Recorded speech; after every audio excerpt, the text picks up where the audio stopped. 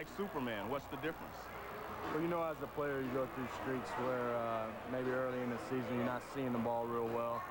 And because you're not seeing the ball real well, you start tinkering with your mechanics, with your fundamentals. I had a session with my father, had him come up here a couple weeks ago, and we just went back to square one. Just trying to hit the ball back up the middle, make solid contact every time. And it's amazing. It looks like the ball's coming in slow motion. I'm right on breaking balls and changeups, and I'm getting the head out on fastballs as well, and everything's jumping off the bat for me right now. Chipper Jones, it's a family thing. He and his dad. Tonight, he's going to face Bobby Jones, who can be awfully tough when he's on. Well, you're right. He has been knocked around a little bit by the Atlanta Braves the last time he started against them, but I think Bobby Jones has gone through what a lot of hitters go through, a mini slump. You can't go out there every time you out there as a pitcher and expect to shut the team down. Just like hitting, you can't hit every day. I think what we'll see the second half of the season is the Bobby Jones we saw in the first half. I think he's over his slump, and the reason for the slump was he was missing his spots with his fastball and not able to get his changeup in certain spots. All right, so Bobby Jones, a 12-game winner against Denny Nagel, a 12-game winner in Atlanta.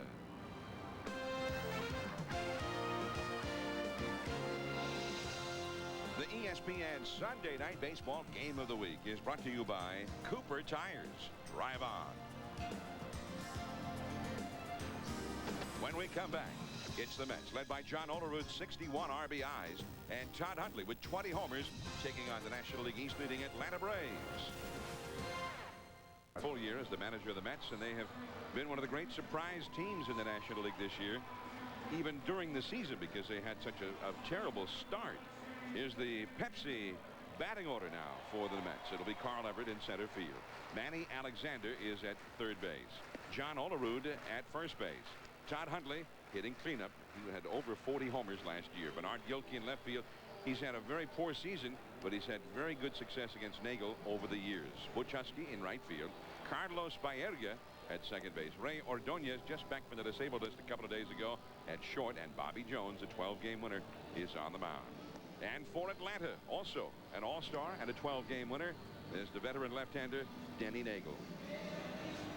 Denny Nagel has a variety of pitches, including an excellent changeup, and we asked him to demonstrate it for us earlier.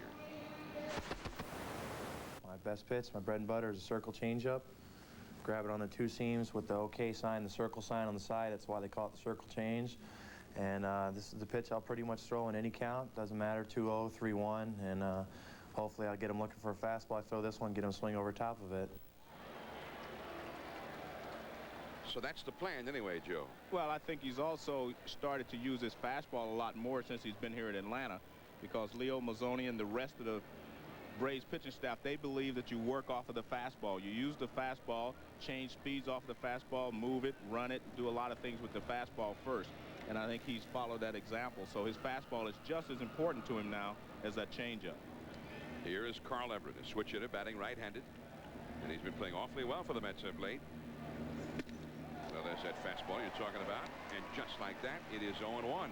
Some leadoff men like to go up there very patiently and get a line on the starting pitcher, but Carl Everett is not one of those, apparently. Curveball, strike two. Well, if you're a teammate, you like for him to go up there and take a few pitches just so you can see from the dugout what Nagel is featuring tonight. Right center field. The center fielder, Andrew Jones, and there is one away. Let's take a look at the defense behind Denny Nagel. Eddie Perez is behind the plate tonight because they put Javier Lopez on the disabled list and Andrew Jones in center field, replacing Kenny Lofton. Two of their regulars and two of their best offensive players. Two all-stars. Yeah, not to mention the fact that Lofton is an outstanding center fielder besides his offensive contributions. But Lofton came back from the DL for one game, and then the next day the groin muscle injury that had plagued him was bothering him again, so he's back in the disabled list. Bobby Cox is hoping that they'll get him back sometime, maybe in about 2 weeks.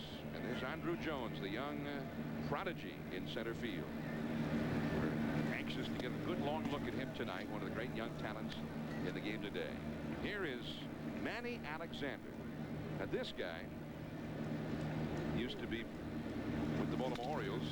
He trips it down the left field line. That's a foul ball. And Joe, there wasn't much for him to do because he was a shortstop and played behind Cal Ripken.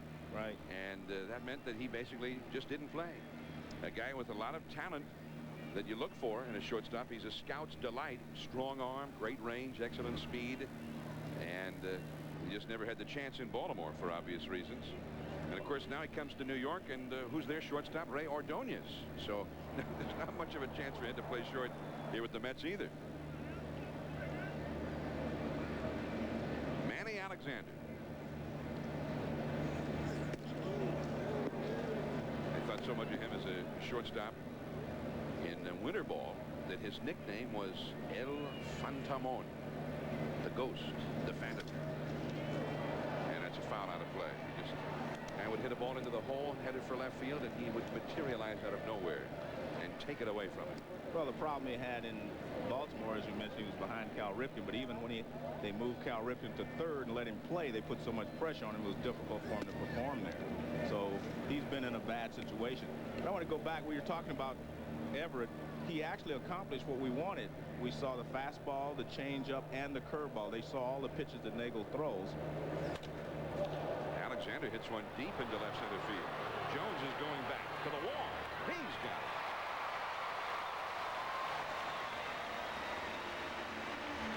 2 down.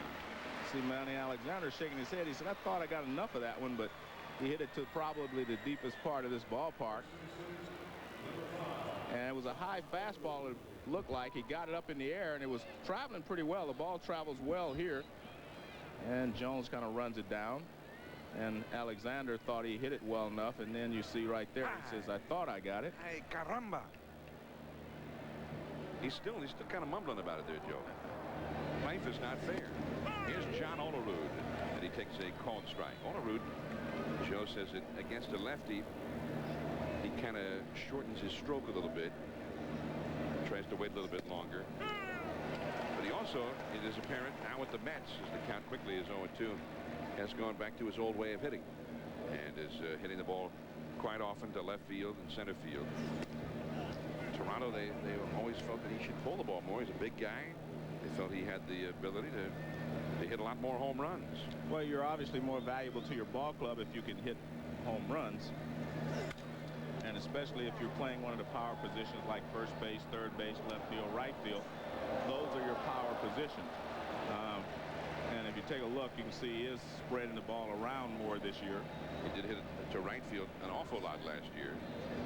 And he's hitting it to left a lot more this year. Who keeps those? Do you keep those? No, because it depends on the pitcher whether. That's a foul tip. Down on strikes. Hold that thought, Joe. Yeah. Bobby Jones will be taking the mound now. No score in Atlanta. Them later, but keep in mind when we talk about the problems, the injuries, and so on and so forth, they had the best record in the majors. And here's the Pepsi Braves batting order. Michael Tucker leads it off in right field, and he has been a real find. Mark Lemke at second base. Chipper Jones, I mean, he is just unbelievably hot. 13 RBIs against the Mets alone this year. He got 26 RBIs in his last 18 games. Fred McGriff at first. Ryan Klesko in left. 3-run homer yesterday. Andrew Jones, the phenom, in center. Eddie Perez, the catcher. Rafael Belliard is at short. Jeff Blauser's back is hurting him. And Denny Nagel is the pitcher. On the mound for the Mets, a 12-game winner, Bobby Jones. And Bobby Jones is a good fastball. He also has a nice changeup. And he has a big breaking curveball that he uses. And there you see some of his statistics. Well, he's given up a lot of home runs, and especially, Joe, when you consider he pitches his home games at Shea Stadium, which usually is not a very good home run hitter's ballpark. So that's been a problem. But most of those home runs has been given up really in his last 5 or 6 starts.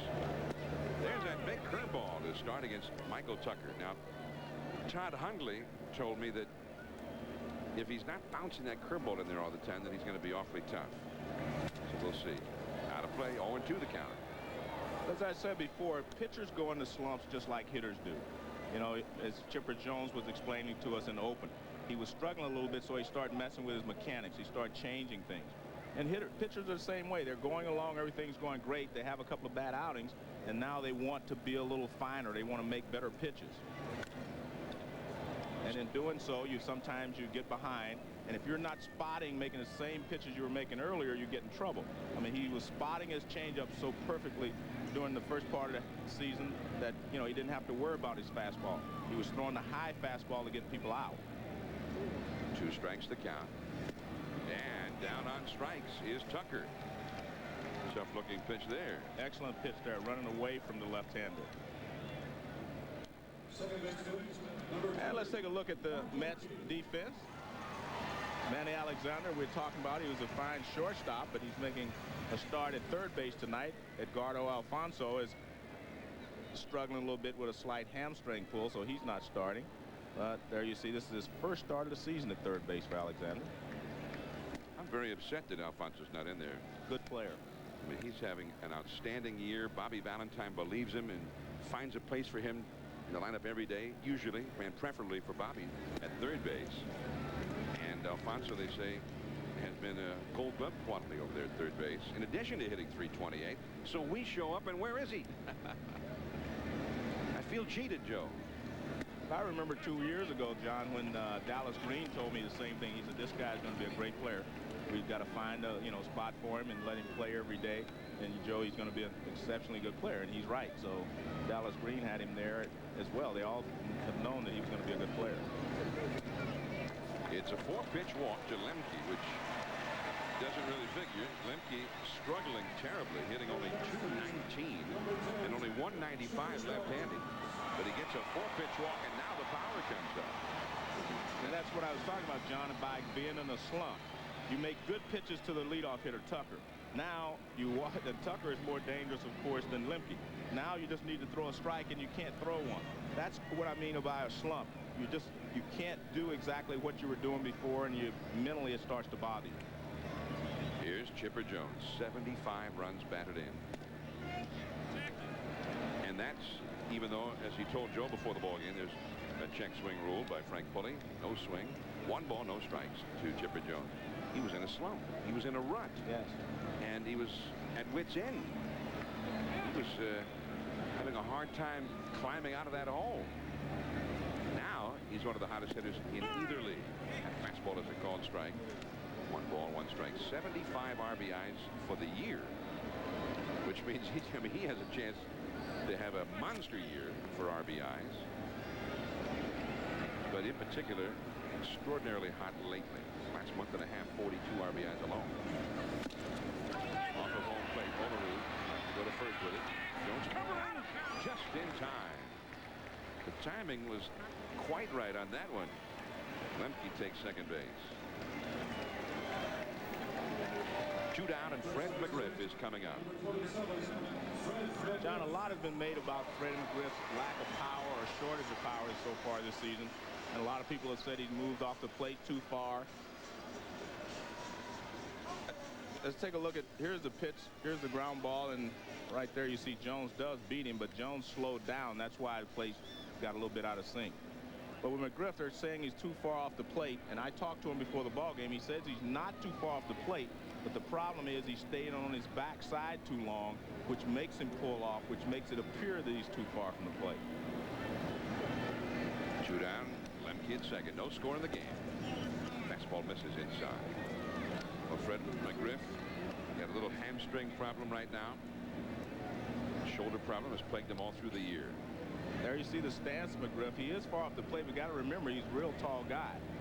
And he's got long arms, so he's set so he can reach the outside part of the plate. But the point to make is that you can't just reach the outside part of the plate. You have to reach at least 6 inches off the outside part of the plate, because if you're just reaching the outside part of the plate, all you're doing is hitting the ball toward the end of the bat. So you have to be able to cover at least 6 inches off the outside if you're going to be a good hitter that way. So they take it to the outside, up the middle, and makes it through. Coming around is Lemke, and that walk has turned into a run. A very hard infield here in Atlanta, and you just saw the proof of it there. And that's what I was talking about when you're in a slump, is Bobby Jones has struggled. Now let's take a look at this pitch. You watch, it's going to be toward the outside part of the plate. It's actually a sinker he's turning over out here. Now McGriff goes out to get it. Now see, he can cover the entire plate right there, and he gets the outside part of the plate, and he grounds it back through the middle. And as John said, the ball wasn't hit that sharply, but this hard infield, it just bounced through for an RBI single. Carlos Baerga made the dive for it, but it was beyond it. This is Ryan Klesko now. Strike one as he fouls it back to the screen. He had a 3-run homer yesterday, but Klesko also has struggled for much of this early part of the season. In fact, it was the Braves' speed that was scoring a lot of runs for them earlier this year because the power was really lagging. As Chipper Jones, McGriff, and Klesko, all three were struggling. Fastball, and that misses. So the count 1 ball and 1 strike. Right now that speed is lacking because Kenny Lofton is on the disabled list with the groin muscle injury. Kept him out of the All-Star game, and they miss his contributions in this offense. But so it goes for Atlanta, Joe. Now the power starts to come on a little more. So. Yeah, but John, all the things you're saying about they don't have this, they haven't gotten that, and like you said, they're still have the best record in all of baseball. So I mean, how good are they? If they're, you know, if they're working on all cylinders, they could be impossible to beat, I guess. Broken bat and through. Olerud, who was over Huck, holding on the bag against McGriff, and it just made it past him. So 2 balls that were not hit particularly hard, but found holes here for Atlanta. I think sometimes when you set up your defense, you have to think about who's hitting and who's running. They're holding the runner on with McGriff, who's not a stolen base threat. And you see, now this cuts down on Olerud's range here. I mean, that ball was not hit that sharply. If he's back another step, he's able to get that baseball. You know, my point is, why are you holding McGriff on? Why not play just behind him? I don't, you know, that's, again, that's just my theory. But if you have a guy who's not going to run, why waste that, you know, give up that range? Fred McGriff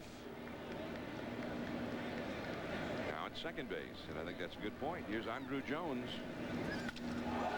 into left center field, into the alleyway, and they'll be running for a while. McGriff scores. Here comes Klesko. Ordonez relay to the plate, not in time. A 2-run double for Andrew Jones. 3-0 Atlanta.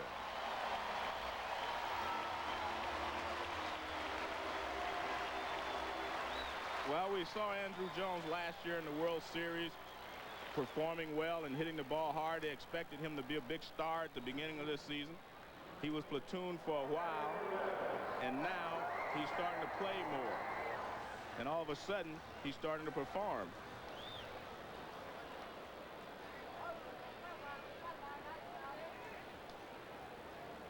Well, he's saying call timeout. That means that he thinks someone missed the bag someplace. He's going to throw to third base on the appeal.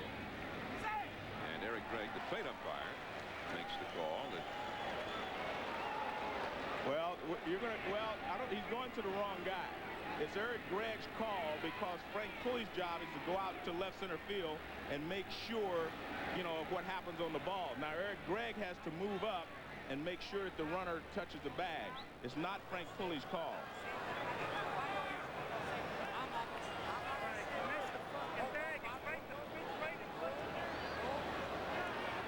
So Bobby Valentine, who was convinced that one of the runners missed the bag at third base. But again, I think your point is a good point, Joe. It's not Frank Pulley's call. No, I think he went to Frank because, you know, Frank is the crew chief. You see, and Frank's trying to keep him actually from going to Eric Gregg. And that's what he said. And I'm making a call, I saw it or whatever. But it's not, you know, he didn't make the call anyway. If you remember back, Eric Gregg is the one that signals safe. Well, now he's yelling to Eric Gregg. Yeah, now he's going to have a few words for Eric Gregg.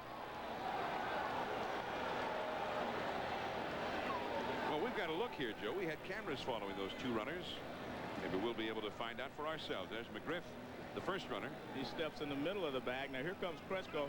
Klesko's under a little pressure. He's trying to cut it short here. Well, you can't really tell from there because he could have still hit the inside part of the back, which is the way you're supposed to hit it if you're trying to cut it short. You're not going to be able to get a definitive shot unless you're looking from home plate down the third baseline. And I'm not sure from his angle in the dugout on that side, Joe. Right. That he could tell. Bobby Valentine had a real good look. I mean, from where we saw Klesko in relation to the bag there anyway. Right. It looked like, I mean, he was obviously, if he missed it, he barely missed it, but you know, you can't tell from that replay.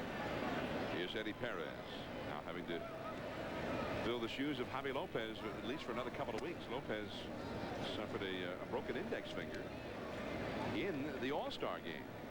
And ironically, Javi broke the finger and then hit a home run.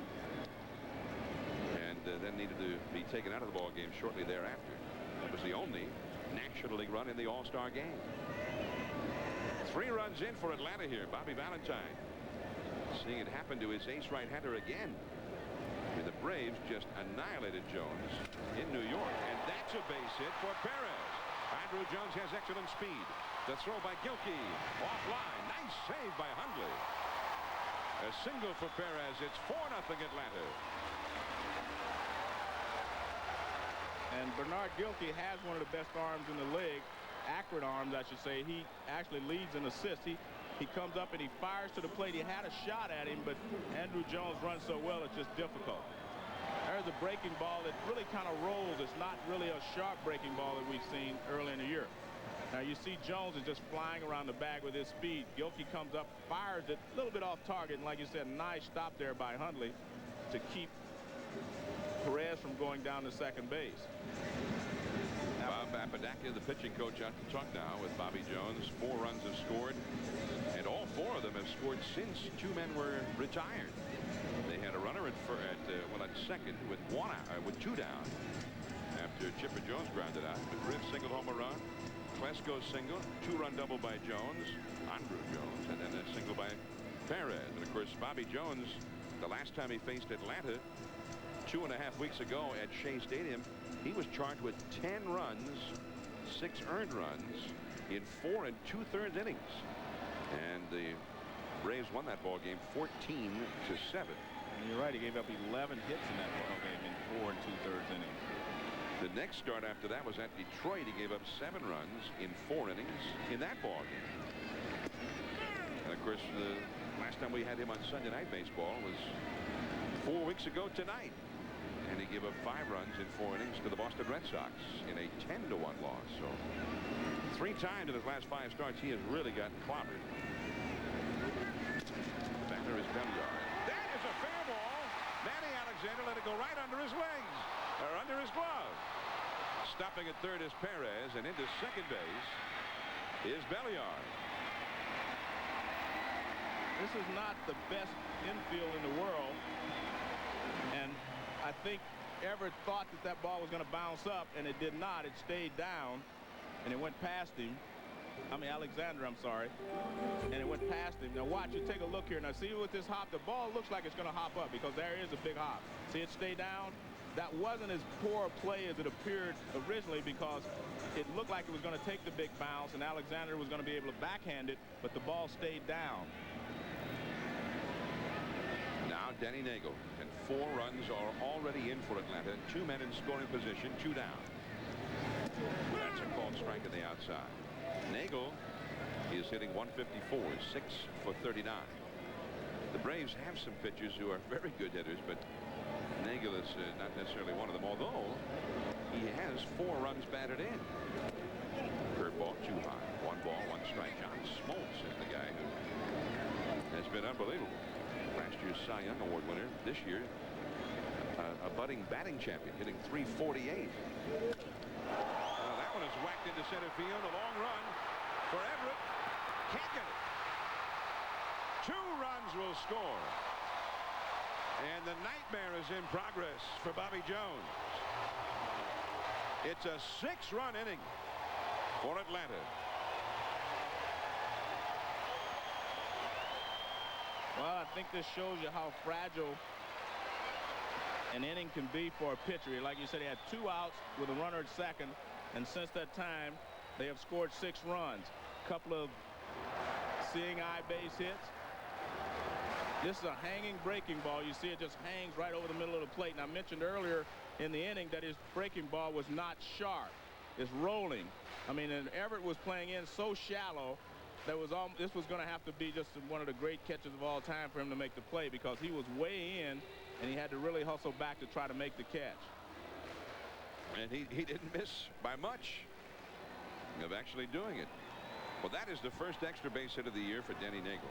And of course, just before that, Rafael Belliard got his first extra base hit of the year. They ruled a double, and I think rightly so, on Belliard's ball. And on the soft hop, made it beneath the glove of Alexander. So 6 runs are in. Here's the leadoff man, Michael Tucker, who had nothing whatsoever to do with his 6-run rally. He struck out to start the inning. That's a bad inning, Joe, if you make 2 outs in the Yeah, there's nothing worse than a hitter going up there in this situation. A lot of pressure on him to keep from making 2 outs in 1 inning. Tucker, 304 coming into the game. And just a great addition to this ball club, adding speed, range in the outfield, and he has scored 55 runs. He gets on base a lot in front of the big guys. Nagel at second. There is bullpen activity for the Mets. Left-hander Joe Crawford is warming up. The visiting bullpen is down in the left field corner, and it's hidden from our view.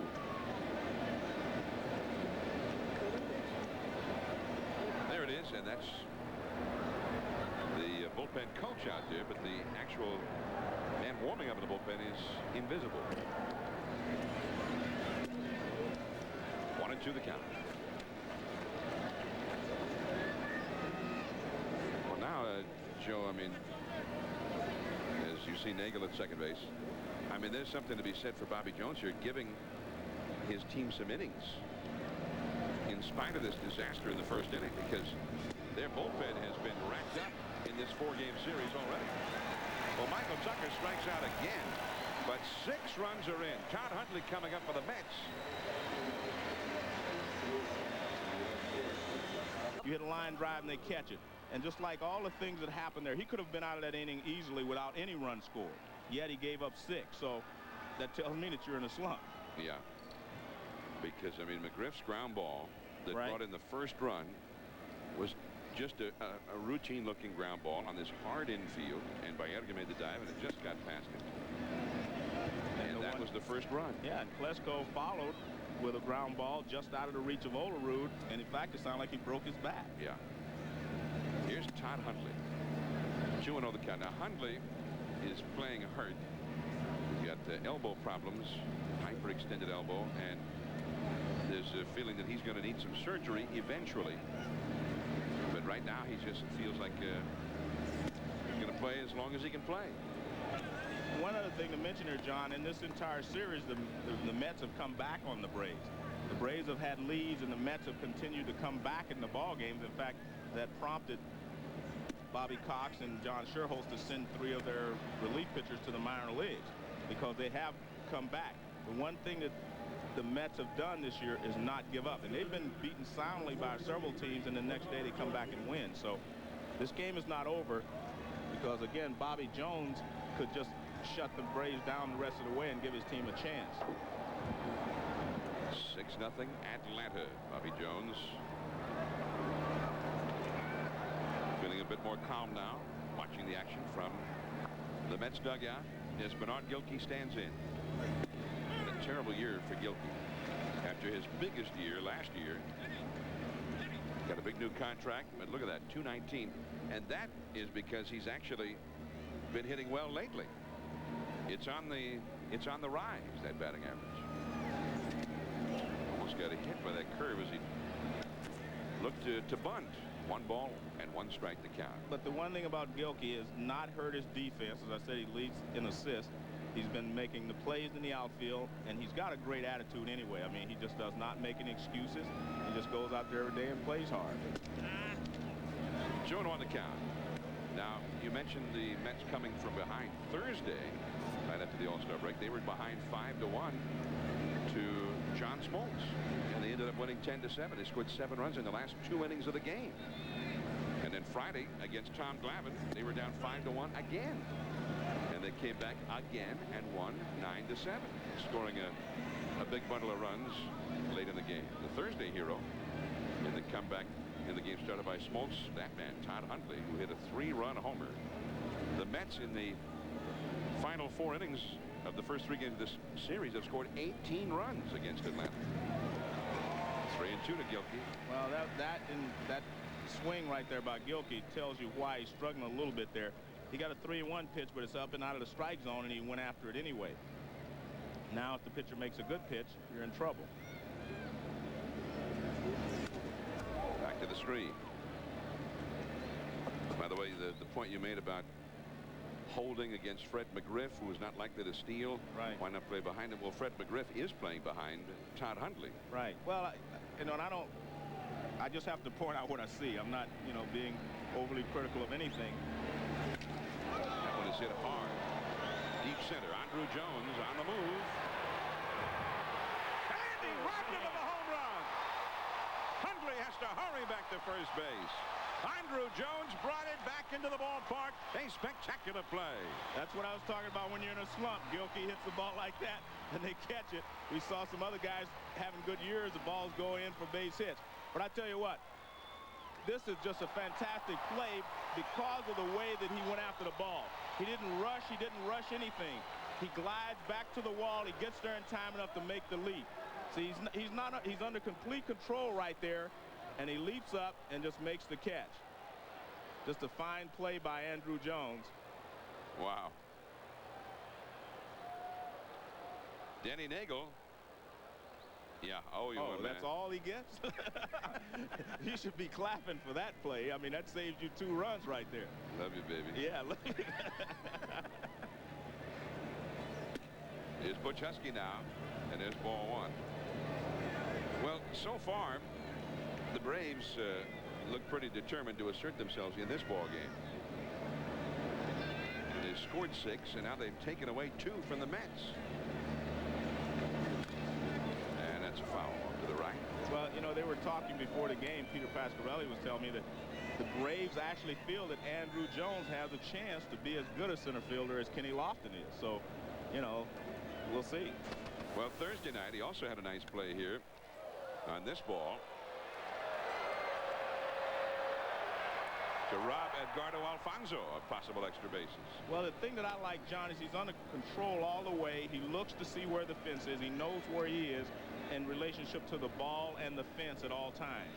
And he's got great speed, obviously, to be able to do that. And there's Kenny Lofton. He probably says, well, I might have been there myself. Yeah, I have a feeling he would have been. Yeah.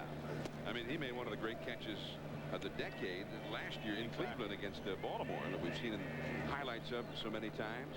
That's the greatest catch I've ever seen, like over the fence like that. I mean, it was unbelievable. So, maybe he would have made it. And he should have been called for goaltending on that one.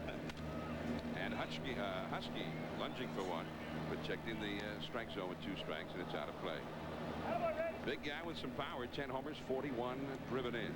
2-2 the count to him. 1 out. And Hundley at first here in the 2nd inning. Bernard Gilkey, this year had been tough enough for him to be getting robbed all of a sudden. And that's a fly ball foul off the right field line. Well, it's exactly as I said. I mean, when you're in a slump, that's what happens. I mean, when things are going well for you, that's a home run. The same thing with Bobby Jones. Early in the year when he was pitching well and getting all those wins, everything was happening good for him. But that's why baseball is so difficult. Well, I agree with everything that you said, Joe, as another foul ball goes out of play. But let me just go another way. All right. When Bobby Jones was going well, yes, he didn't walk Mark Lemke on 4 pitches in front of the power guys. No, that's right? A good point. I mean, look, it's never just a matter of circumstances. You always help one way or the other. That changeup is too low. And last year when Gilkey was going hot, he still got robbed of some homers. That's what I was going to say. But he wasn't hitting any 219 at that time, right? Yeah. I mean, it hurts a lot when you're hitting 219. Every line drive Tony Gwynn hits is not a base hit. You're right. They catch some of his. That's one is deep down the left field line into the corner. If it's fair, it's trouble. Fair ball, home run. Butch Husky hits one where Andrew Jones couldn't get to it. Good move this. Good strategic move by Husky. Yeah, his 11th homer of the year, and the Mets are demonstrating here, Joe. I mean, in effect, they've hit 2 two-run homers in this inning. Only 1 counted. You're right, but he made a smart move by pulling it down the line. I think Remember when we were at the beginning of the season, we were talking about Husky trying to be the power guy for this ball club. There you see it looked like it was a little slider or a cut fastball or something. It was moving back towards him, and he got out in front of it and pulled him. I don't think it was a changeup. Well, Danny Nagel has got hit hard here a couple of times. But you mentioned Butch Husky earlier this year. In fact, we saw him on Jackie Robinson night back on April 15th. And, man, he was trying to hit everything 500 feet that night and ended up not hitting anything at all. One strike to Carlos Baerga, who's shown some signs of regaining the form that made him a perennial all-star in Cleveland. Back to the screen. 2 strikes to Baerga. I mean, those numbers are still just a pale reflection of where he used to be, but I mean, the first month or so of this season, he could not get a hit. He was hitting 190. He even lost the job for a while at second base, and then he got hot. Had the average up over 300 for a while. Fastball on the outside, got him looking. Strike 3. I think what you're going to see these pitchers make adjustments to is that the hitters are basically looking for their pitches. Husky hit something off speed. Now what he does with 2 strikes, he goes away with a fastball on Baerga. And I think that's what you're going to have to see here. I think you're going to see Jones maybe go with a few more fastballs and changeups instead of the curveball. And I think you're going to see Nagel use his fastball a little more often. Ray Ordonez. He lifts one foul and out of play. He was out with an injury for quite some time. Just came back after the All-Star break. And he is a very spectacular shortstop, although he was having his problems defensively as well. Well, I think that's the problem. He was making spectacular plays, but he wasn't making the routine plays. And truthfully, what you want from a major league shortstop is to make the routine plays. Anytime the great plays happen, that's okay, but you want them to make the routine plays. When a pitcher gets the ground ball or short, you want it to be 6-3. You don't want him to have to always make the spectacular play and then boot the routine play. And that came up and hit Ordonez. 2 strikes the count. 2 runs in for the Mets. It's 6-2 Atlanta. Turner Field starting to look like its predecessor, the launching pad, just out beyond the left field area, Atlanta Fulton County Stadium. We're not as at as high an altitude as in Denver, over 5,000 feet there where the ball really flies, but we are, I think, over 1,000 feet above sea level here. Belliard throws out Ordonez. Well, the Mets got 2, and it could have been more than that. They hit 2 homers. It's just that Andruw Jones stole one of them from Bernard Gilkey. Lemke, Chipper Jones, and Fred McGriff coming up. It's a game of inches. We can't get away from that cliche. No, but I don't agree with you on the Andruw Jones thing. If it had been a couple of inches higher, He'd have jumped higher. He would have gone 2 inches higher. Yeah. He's that good, Joe. That's a base hit for Mark Lemke, and here is Chipper Jones.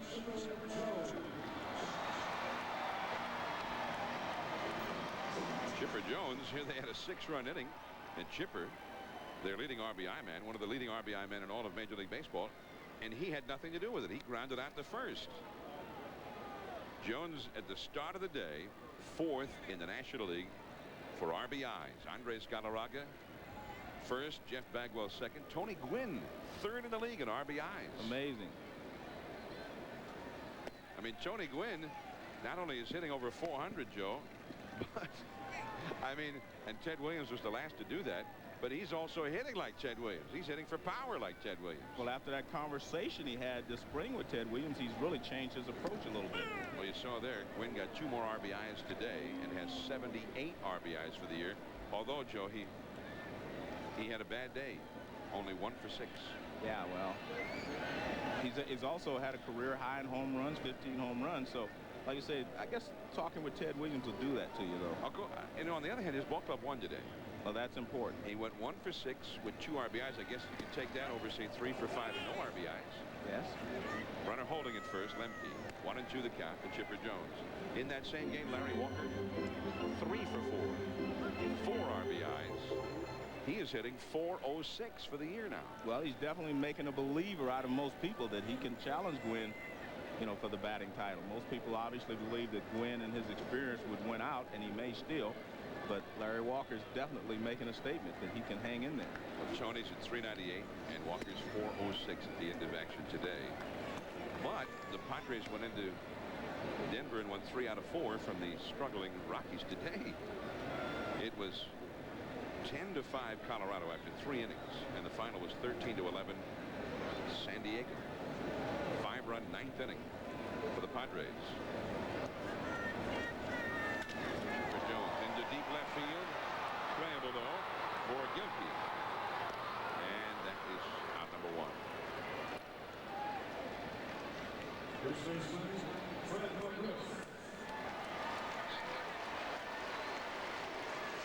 Fred McGriff up now. Let's take a look at Fred McGriff here. We talked about how far he was from the plate. Now you see this is a ground ball. See where he hits the ball? Now he's not covering as much off the outside part of the plate as you would like. But he says it's because of his hips pulling off the pitch, not that he's so far away from the plate. So I have to agree with Fred, since he knows himself better than anyone else. He says it's because he was spinning away from the plate and therefore shortening his reach, rather than he's so far off the plate that he can't reach the outside corner. He said he's been making adjustments the last couple of weeks to get that straightened out, and he said he's been swinging the bat much better. He's actually going to the ball with his front side rather than spinning and staying on his backside, on his back. Right leg, his left leg, I'm sorry. Well, Fred McGriff has had so much success and has been such a premier power hitter for so many years that I figure Fred must have a pretty good feel for what goes on with his game. He may need some surgery in his shoulder when the season's over. That's a called strike 2. And right now he's also struggling a bit with a hamstring problem. Clarence Jones, the Braves hitting instructor. McGriff, of course, had 7 consecutive years with 31 homers or more in each one of those 7 years. One of the longest such streaks in the history of the game. And you don't do that without having a knowledge of the strike zone or controlling the plate. So he definitely knows what his problem is. But that's why hitting is so difficult to do. You may know the problem, but you still can't solve it all the time. He was the 9th player in history to have at least 30 homers in 7 or more consecutive seasons. As Hundley goes out to talk to Bobby Jones. And the other players who've done it, all in the Hall of Fame. Jimmy Fox, Lou Gehrig, Eddie Matthews, Mike Schmidt, Mickey Mantle, Babe Ruth, Hank Aaron, and Ralph Kiner. That's a pretty good list that Fred McGriff has attached his name to. Yeah. Now Jimmy Fox did it 12 consecutive years. Lou Gehrig did it 9 straight years. And the Babe did it 8 straight years. Of course, most of his years weren't just merely 30 homers or more. Many of them were 45, 50 or more. 2-2 the count to McGriff.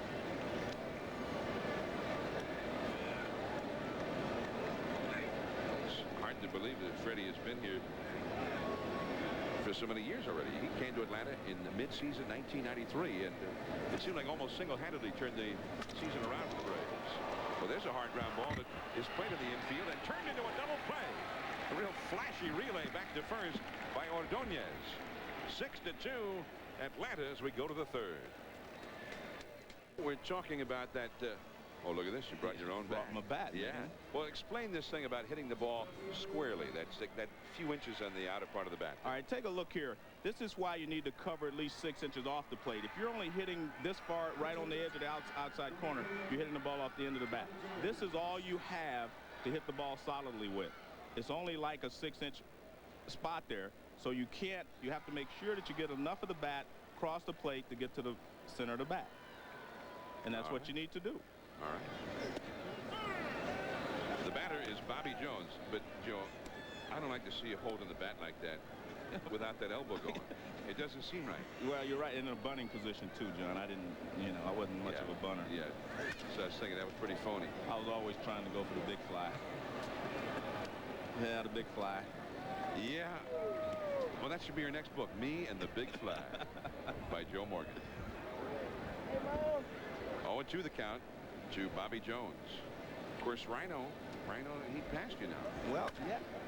Yes, and he's a good hitter.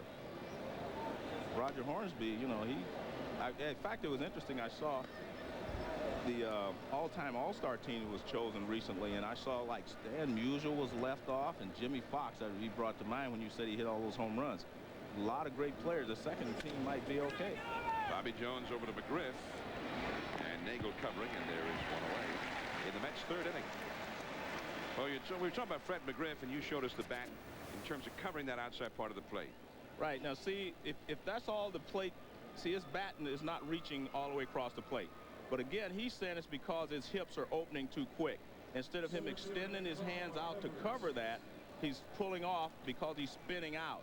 That was the term that he used, is spinning out, meaning you're keeping all your weight where you're pulling away from the pitch. As you can see there, he is pulling away. That was a ground ball back to the pitcher off the end of the bat. But he said that now he's going to the ball better, and that, you know, he's able to handle the ball off the outside corner. And the ball he hit up the middle was toward the outside corner that he got the RBI single on. He didn't hit it hard, but he hit it in the right spot. Carl Everett, the leadoff man, high and tight for ball one, 6-2. Atlanta is leading a 6-run first for Atlanta, a 2-run second for the Mets, even though Andrew Jones robbed Bernard Gilkey of a 2-run homer. And that's too high. 2 balls and no strikes. John, I want to give you a term. We're talking about the bat and how difficult it is to hit. One of the reasons that it's so difficult to be a good hitter. That's a shot down the left field line. It's a fair ball. Hitting the wall out there. Quesco plays to Karam, and Everett, who has excellent speed, lopes into second with a stand-up double. And they're hitting the ball hard against Nagel. Well, they're definitely not going to go away. I mean, they've proven to themselves that they can handle this pitching staff and come from behind. And we'll take a look at this pitch. It looks like it's a changeup, and it's up right there, middle in, and I mean, he rips it. I mean, he really goes out to get this ball, middle of the plate in, and he rips it down the left field line. And he's at second base with 1 out. So here is Manny Alexander. He drove one deep to left center that also threatened the wall out there, but stayed in. First ball swing, fouls it. Perez comes over, but this one is in amongst the spectators. John, I want to finish the point. The reason I say it's difficult to hit, we saw that the bat, it's a round bat, you have a round ball, and you have to hit it square. Now that tells you how difficult it is to hit a baseball. Round ball, round bat, and hit it square. Well, especially it's coming in 90 miles an hour one pitch, and then 75 the next. Yeah. And then the next one comes in at 74 and drops 2 feet. I have convinced me that it's a miracle anytime anybody ever gets a hit, Joe. Well, remember they said it was an optical illusion that ball was curveballs actually broke. Remember some scientists said it was an optical illusion? Time magazine, I think, I don't know, what, 25, 28 years ago, ran an article reporting these findings by some, I don't know, physicists. Yeah. 0-2 the count. Strike 3 call on the inside corner. 2 down, and we've got an update now from the Marlins ball game from Bill Pito. All right, John, MCI takes us to Florida for the Marlins and the Phils. Bottom of the 4th, Gary Sheffield, his 10th home run of the season, ties the game at 1, and the Marlins bat around. So we're still in the bottom of the 4th, and Sheffield drills a 3-run home run. He's the first Marlin to ever hit 2 homers in the same inning. Marlins win it 9-3.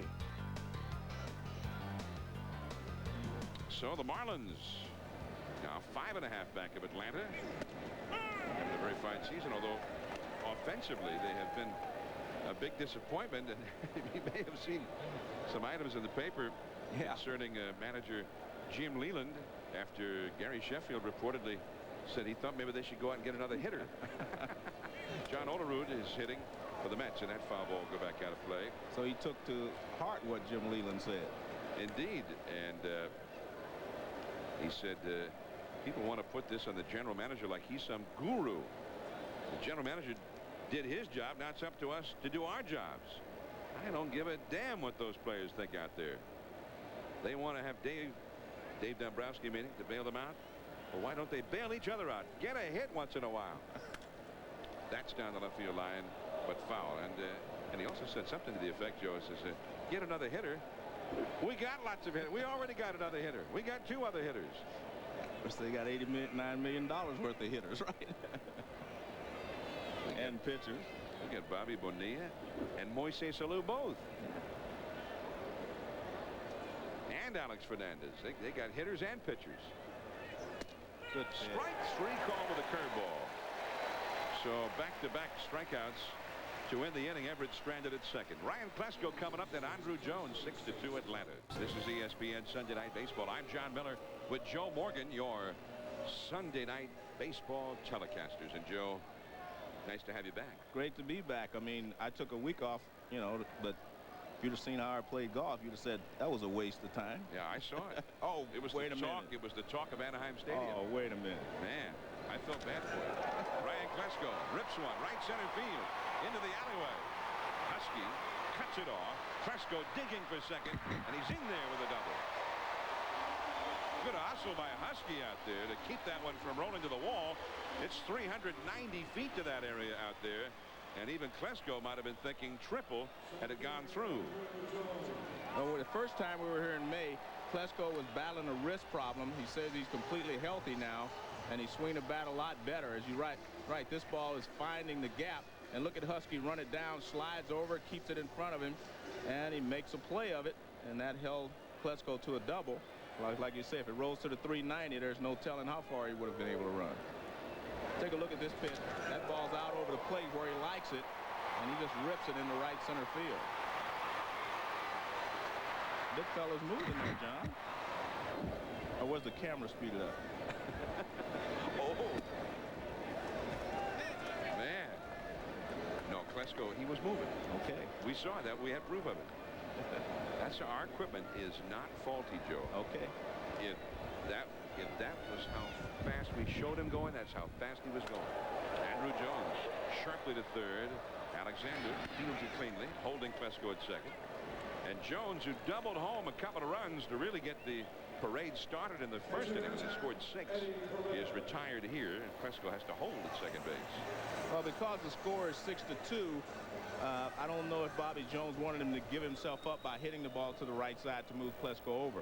He gave him an opportunity to go ahead and drive him in. He tried to, and hit the ball hard.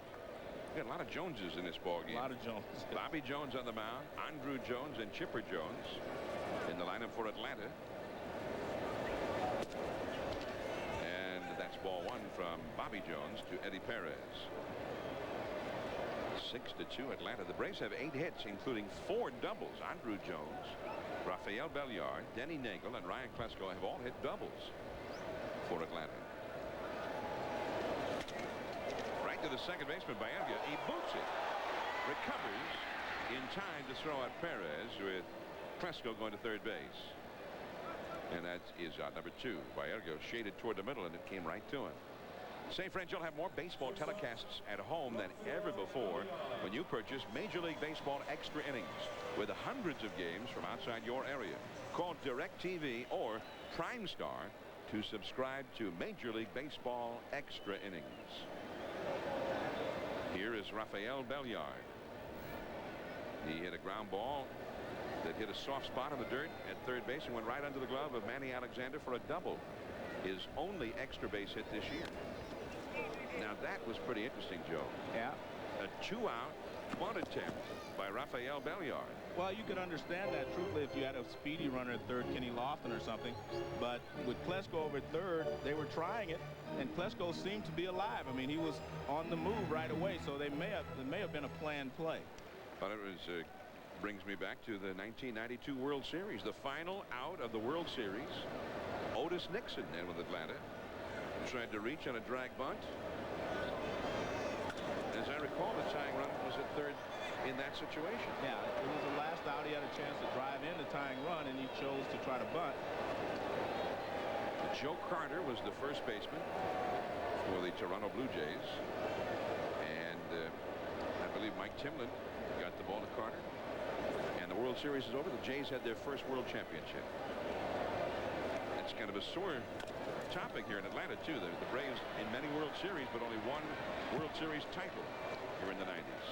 Well, Belliard right back to Jones. Still 6-2. Hundley, Gilkey, and Husky, the power coming up. Fourth here in Atlanta, ESPN Sunday Night Baseball. Every Sunday, 8 Eastern, we're with you.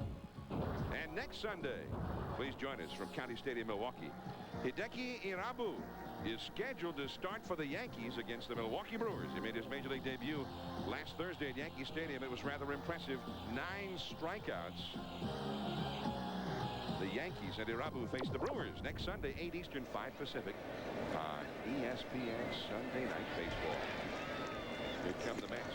Todd Hundley taking ball 1. Now Hundley walked in the second inning against Nagel, leading off that inning, and that started a 2-run rally for the Mets. Hundley says that elbow problem, a hyperextended elbow, sometimes bothers him even when he's hitting, but primarily when he's hitting left-handed, and that is not good because that's been his strong side. Hundley has only 2 home runs batting right-handed in 52 at-bats. He's got 18 home runs, averaging 1 homer every 11 at-bats left-handed. There you see the numbers. 2-1 the count to him. But he's having to live with the pain right now. Also, his wife, I believe, is 6 months pregnant, and his mother is battling cancer, Joe. So there's a lot of stress right now in the Hundley household. We send all of our prayers and best wishes to Todd Hundley's mom. And of course, Todd Hundley's father was a longtime major leaguer and a catcher, Randy Hundley, and a very good one, and a real durable man. He was a real Iron Man catcher for the Cubs. Good player. He was a good catcher. Todd Hundley, 3-2 the count, had his big breakthrough season last year, and he draws another walk. Well, Denny Nagel has treated him like a superstar here in this ball game. He's walked him twice. Now Bernard Gilkey, he thought he had hit one well enough for a home run back in the second, and in fact he did. He definitely hit it hard enough. Andrew Jones just made the catch, and there you see Kenny Lofton, the first one to greet him there, saying, "Nice catch, young fella." But you should have seen my catch in Cleveland last year. It's not one of the best ones I've ever seen, but pretty good. Which one? Lofton's is one of the best I've ever seen. I'm saying that's what Lofton may well have been saying to Andrew Jones. Yeah, pretty good for a young fella. Pretty good for a 20-year-old out of Curacao. That's a base hit for Gilkey. Good idea this time, Bernard. Don't hit it where Andrew Jones is.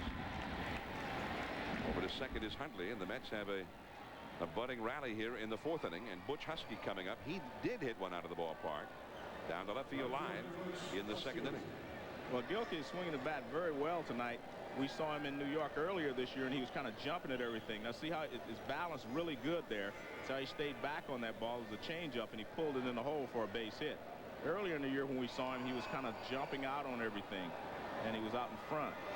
Couldn't hit anything but a fastball middle in. Today he looks much better at the plate. I'm sure that's why his average has been rising. 2 men on, nobody out. Now keep in mind the Braves blew 5-1 leads both Thursday and Friday against the Mets, and there's a long one. It's a 1-run game. Butch Husky launches one way up into the seats in left center. Now that was a home run hitter's delight. That was the big fly. I mean, he was waiting for it. You watch him clear his hips. He looked like he knew exactly what pitch was coming. It looked like either a changeup or a curveball. It was something off speed. And watch, he clears his hips. Everything is perfect on this swing. I mean, a real powerful swing. He's got 5 RBIs, and we're only in the 4th inning of this game. Now, watch this. Now, take a look at this swing. I mean, he looks like he knows what's coming. I mean, right there, look at that. Just perfect execution. Bat out in front, head still, everything. I mean, he knows that's gone right away. I mean, look at him. He says, yeah, he threw it right where I was looking and the pitch that I was looking for. And it is now a 1-run ball game, as you mentioned, and they've come back on the Braves. We talked about Thursday and Friday. I mean, this Mets ball club is one that just seems to never give up. Butch Husky. And I think we should add the Mets just have never given up on him. Right. And Husky showing signs now that he intends to deliver on that promise. 12 homers. He's now got 46 RBIs for the season. Man, the Mets were down 6-0. Now, in the 4th inning, they're down 6-5. Here is Baerga. A strike on the outside. Nice pitch. Baerga struck out looking. his first time. And Bobby Jones, they've almost taken him off the hook already after a 6-run first inning. But you have to give him a lot of credit, John. Shot, but right to left field. After giving up those 6 runs, he has battled to keep them even and is giving his team a chance to get back in this ball game. Bullpen activity for Atlanta. One of the young pitchers just brought up in the minor leagues, Chad Fox, is loosening up out there. He, Mike Cather, and Kevin Millwood, all brought up from the minor leagues today. Left field by Ordonez. This one stays in the ballpark as Cresco back on the warning track. Now Ordonez is not a guy to muscle up very often. But he did on that particular pitch. I mean, he looked like he was trying to tie the ball game. Denny Nagel, I mean, he's getting roughed up here by Butch Husky. And Denny Nagel does not often get roughed up like that. This guy is 12-2. Braves have 2 12-game winners on their staff, with also yesterday Greg Maddux winning his 12th. But Roger Clemens, the only man in the majors, won more often than Denny Nagel. The one thing about Denny Nagel is Braves have supported him really well. They've averaged over 6 runs a game for his start, so they've given him an opportunity, you know, to win most of his ball games, and they've gotten 6 runs already tonight.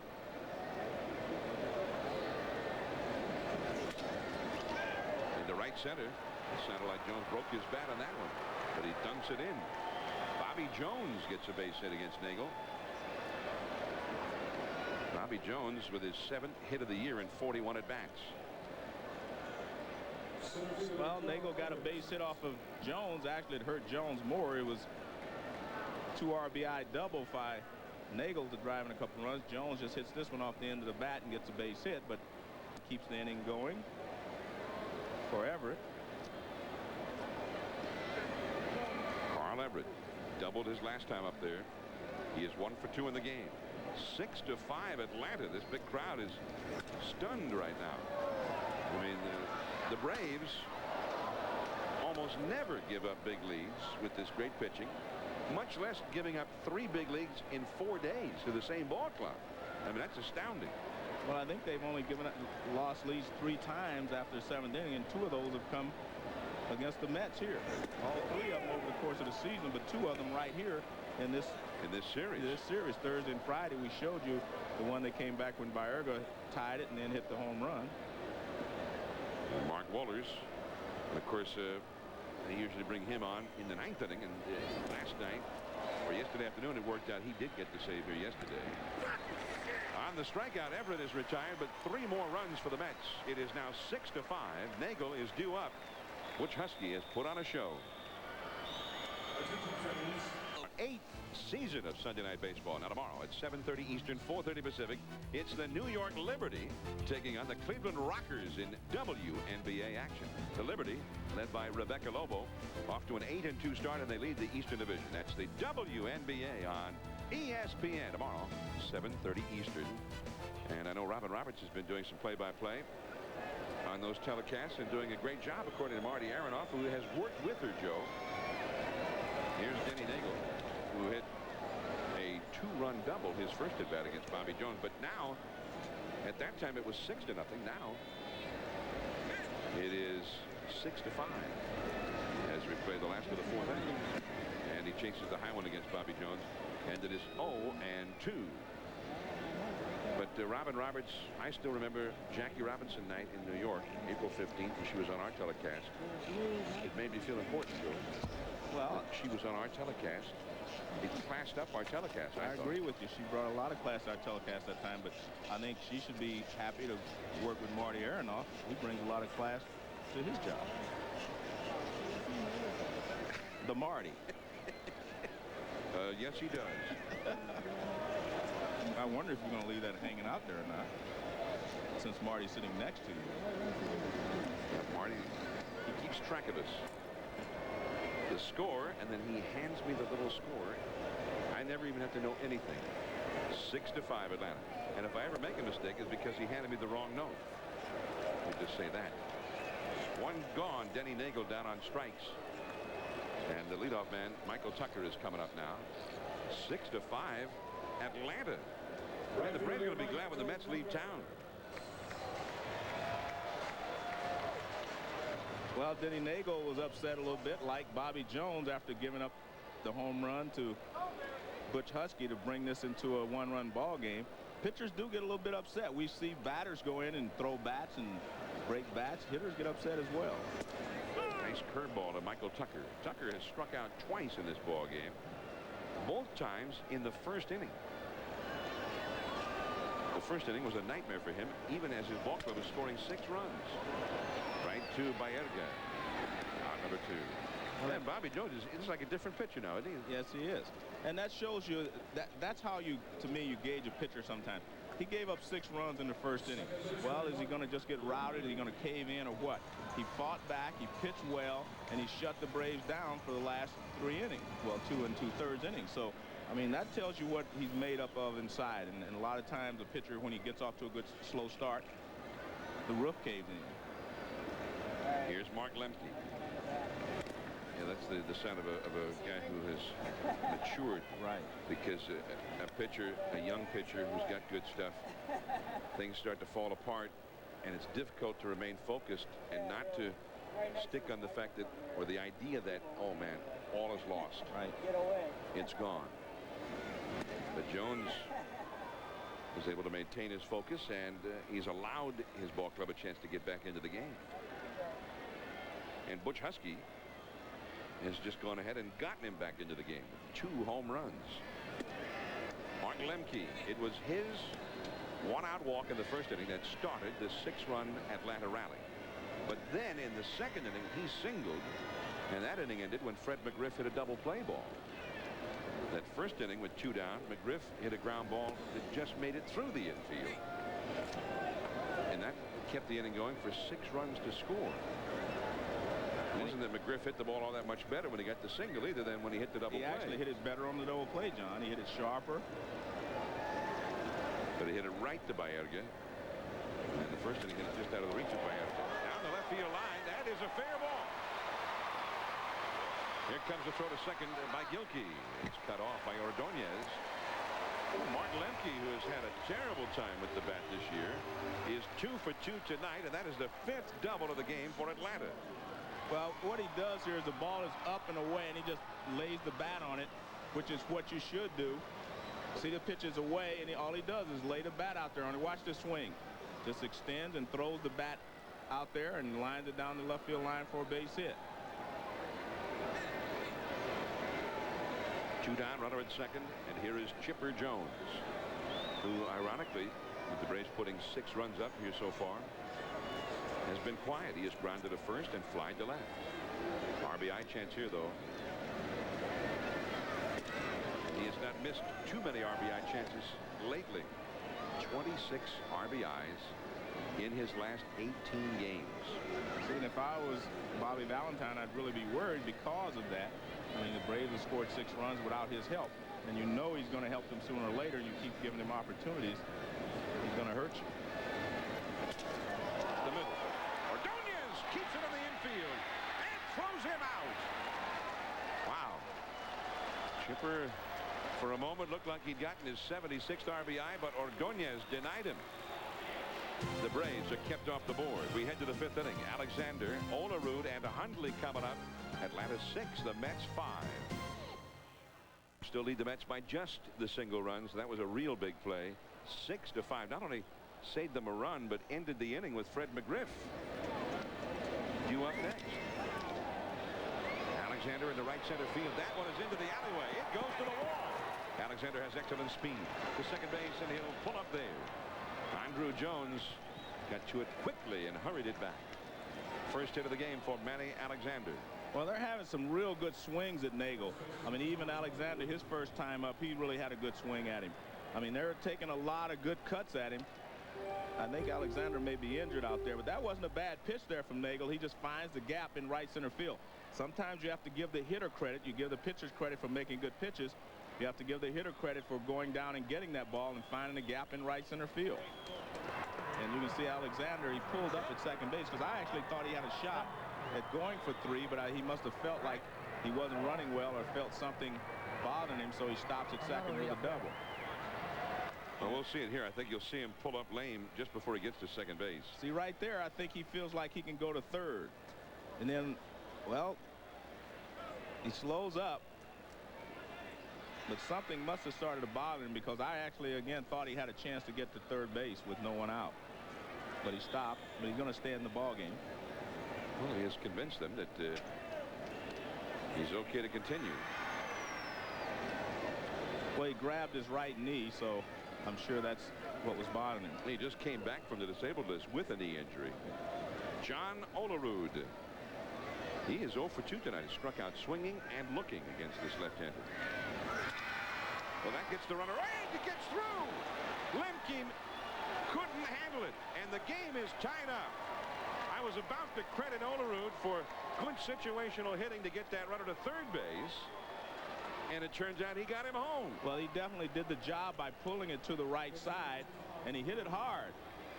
But, you know, Lemke appeared that he was going to be able to make the play, and then it went past him. Well, Bobby Cox is on his way to the mound. A 6-run Atlanta lead has completely evaporated. Again, we talked about this infield, and I have to think, knowing Lemke as I do, that ball took an erratic hop on him. Yeah, one of the real sure-handed second basemen in the league. So Denny Nagel is gone. It is 6-6 in the 5th inning. We'll be right back. Amazingly enough, it is now 6-6 when once it was 6-0 Atlanta. Denny Nagel is no longer in the game, and one of the 3 young pitchers just brought up from Richmond today, Chad Fox, has come on to pitch, and Joey will work in relief just as he had been in the minors. Well, he has a good fastball, a good hard slider, and his only question is throwing strikes. He was averaging over a strikeout an inning in the minor league, so obviously he throws hard. And again, they're going to play behind Olerud there at first base. Todd Hundley will switch around a bat left-handed here. That's his power side, averaging 1 homer every 11 at-bats as a lefty. Nagel walked him twice, and each time that started rallies for the Mets that got them right back into this game. Rallies that were brought to fruition by Butch Husky at 2 homers and 5 batted in. There's a pop-up. Lemke. Hundley was not running at first. Lemke makes the catch. Huntley was very upset with himself. He felt like he had a pitch to hit. Huntley's an excellent low fastball hitter. He got a low fastball and he got under it. Anytime a guy can get under a low fastball, that tells you that he's a good low fastball hitter. 93 miles an hour for Fox on the fastball. So Hundley is gone, and now Bernard Gilkey. He was robbed of a home run by Jones in the 2nd, and he singled his last time. And he takes ball 1. Fox was 1-0 with a 3.7 ERA at Richmond. 25 strikeouts in 24 in the 3rd innings. That is a little bit low, and it is 2-0. Fox was brought up, as was Kevin Millwood and Mike Cather. Millwood was working as a starting pitcher in the minors, but Cather and Fox both as relievers. That's a called strike. Sent out were Brad Clance and John Sherholtz, who made the moves yesterday right after the ball game. Brad Clance, Joe Borowski, and Paul Bird all got sent to the minors. Half of the bullpen got sent out after yesterday's game. And 3 rookies, all of whom will be making their major league debuts when they make their first appearances for the Braves, as Fox is right now. And Gilkey pops it up. Well, one thing this tells me is that he's got good movement on that fastball, because Hundley had him in a good hitting situation. Gilkey gets him in a good fastball hitting situation, and both of them pop up. Well, here is Butch Husky in the 2nd inning. He went deep down the left field line on the breaking ball. That made it 6-2. And then in the 4th inning with 2 men out. Oh, man.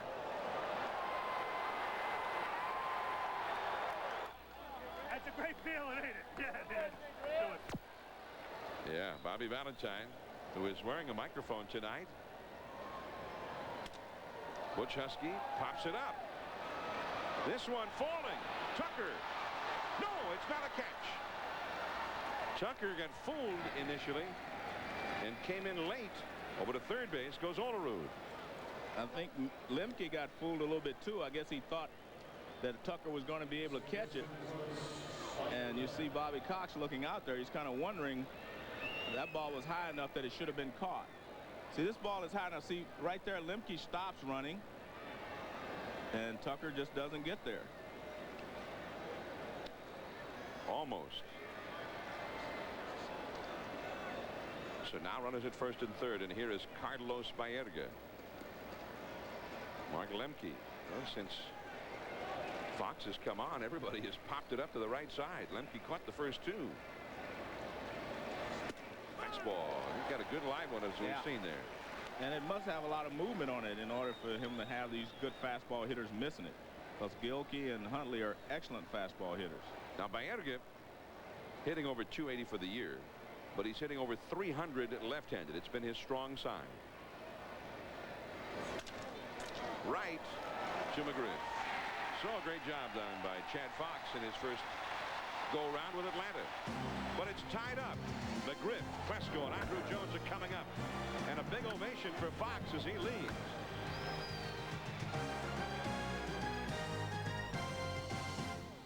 Sunday Night Baseball, last of the fifth inning. Chad Fox came out in his Major League debut. And when the inning ended, the fans in Atlanta saluted him. Well, he'll always remember that first inning. And the first handshake in the dugout was from none other than Tom Glavine, who can appreciate a good mound performance.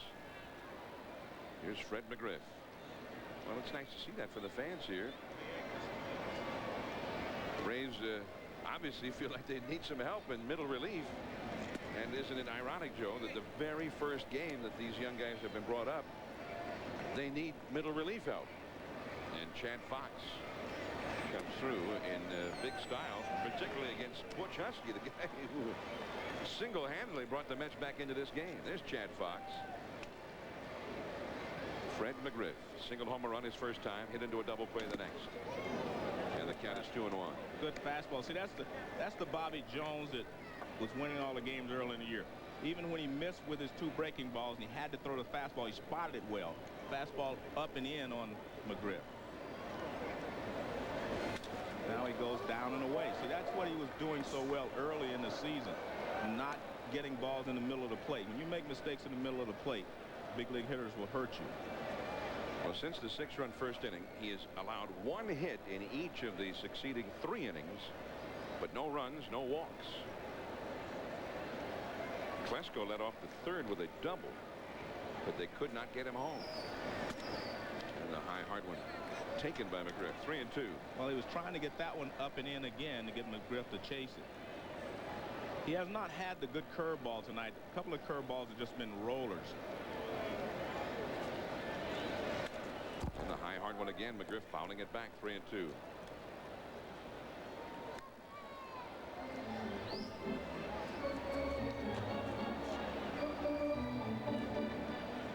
Take a look at McGriff, see if he's staying there. So he is stepping in, and then the fastball's in. That's a pretty good swing. And down he goes. Just a tough pitch. Both of those are tough pitches from Bobby Jones.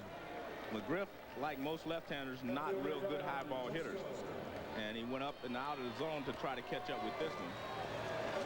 And that looks like a cut fastball rather than a straight fastball. But it's up, and you see McGriff can't get to it. He wants it up. That's what the target. And it's up. That may have been a little cutter. One down, Ryan Klesko. There's a high fly ball deep into right field. Husky all the way back. Makes the catch.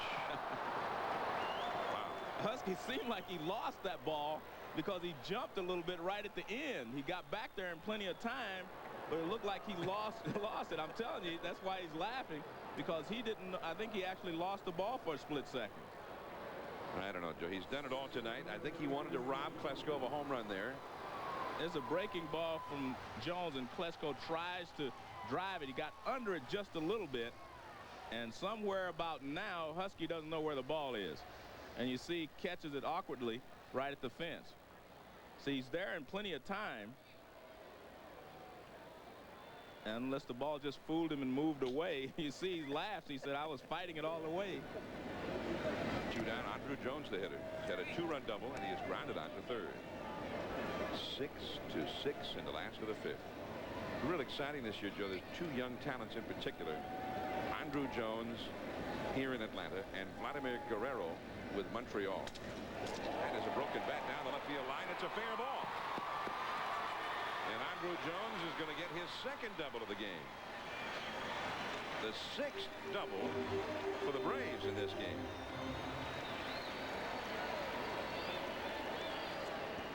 Well, Andrew Jones has been playing very well since he's been getting more starts with Lofton being out. Looked like it was a fastball out over the plate, and he was a little quick on it. Hit it toward the end of the bat, but he got enough of it to get it into the corner for a double. Well, we talk about Vladimir Guerrero with the Expos. Watch this arm, Joe, in a game against the Mets. That was from the right field corner, right at the wall. And then last Sunday against Denny Nagel. Drilled to left field. And at Stade Olympique, un circuit. And Andrew Jones and Vladimir Guerrero. It'd be fun to watch them progress. Although, sadly, Vladimir Guerrero suffered a broken bone in his 5th metacarpal the other night, and is back on the disabled list. He has had the injury problems this year, but I mean, these guys have extraordinary talent. I mean, they can hit with power, they run well, they can hit for average. Bobby Cox thinks the main difference right now between the 2 of them is that Andrew Jones is a much better defensive player than is Vladimir Guerrero. Perez takes a strike.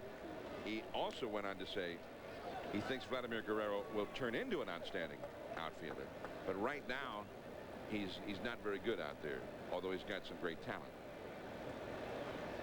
But it's fun to see 2 guys like that, and we'll see Watch if their they progress. are. No, you're right. We'll see how they progress. Yeah. The interesting thing for me was Vladimir looks like he may be a little stronger physically than Andrew Jones at this point.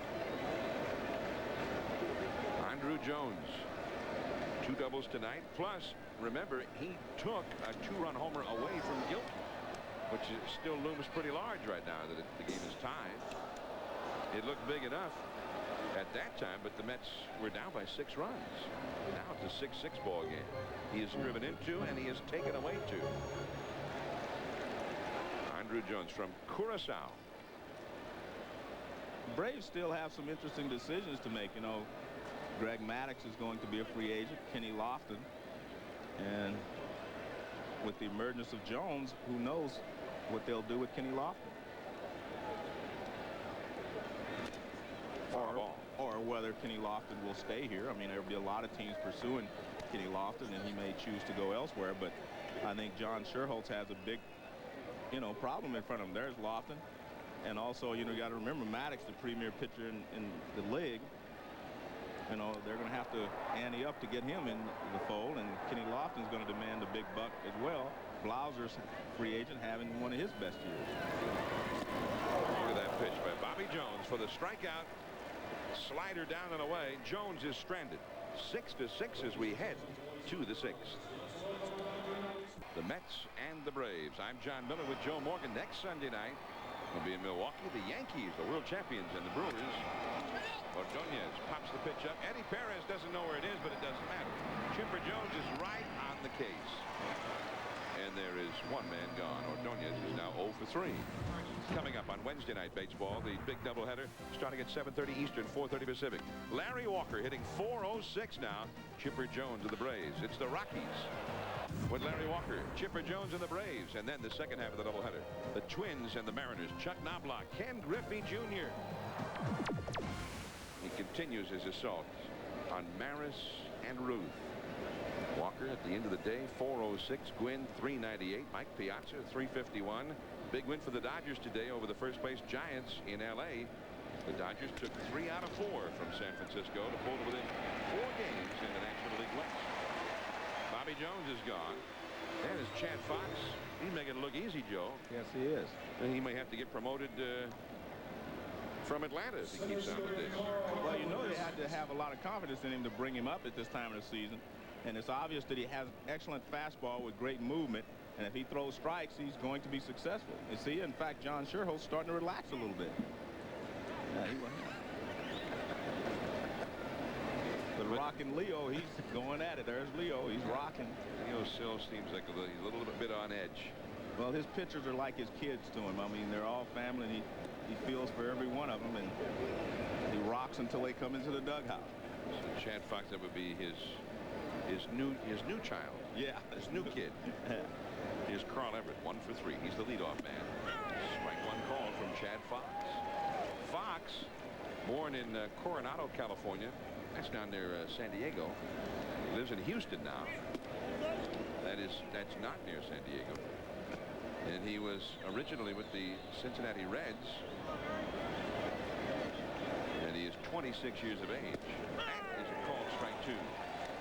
Last year at Richmond, the first year in the Braves organization, in 18 starts, he was 3-10. Now he's being used out of the bullpen. Wow, look at that pitch. Real sharp breaking ball, and it's a 6-pitch inning for Chad Fox. 6-6 to score. The Braves coming up. DFW, they do anything for this country. The panoramic look at Turner Field in Atlanta, the new home of the Braves, which of course not so long ago was the Olympic Stadium. And the plan all along was for the Olympic Stadium to house first the Olympic Games and then to be converted into the baseball home of the Braves. Here's Rafael Belliard. Ordonez on the move. Looks pretty smooth out there. There's one away. Now the pitcher, Chad Fox, is due up here, but Keith Lockhart is going to be used as a pinch hitter, and he has been the Braves' pinch hitter deluxe. Yes, he has.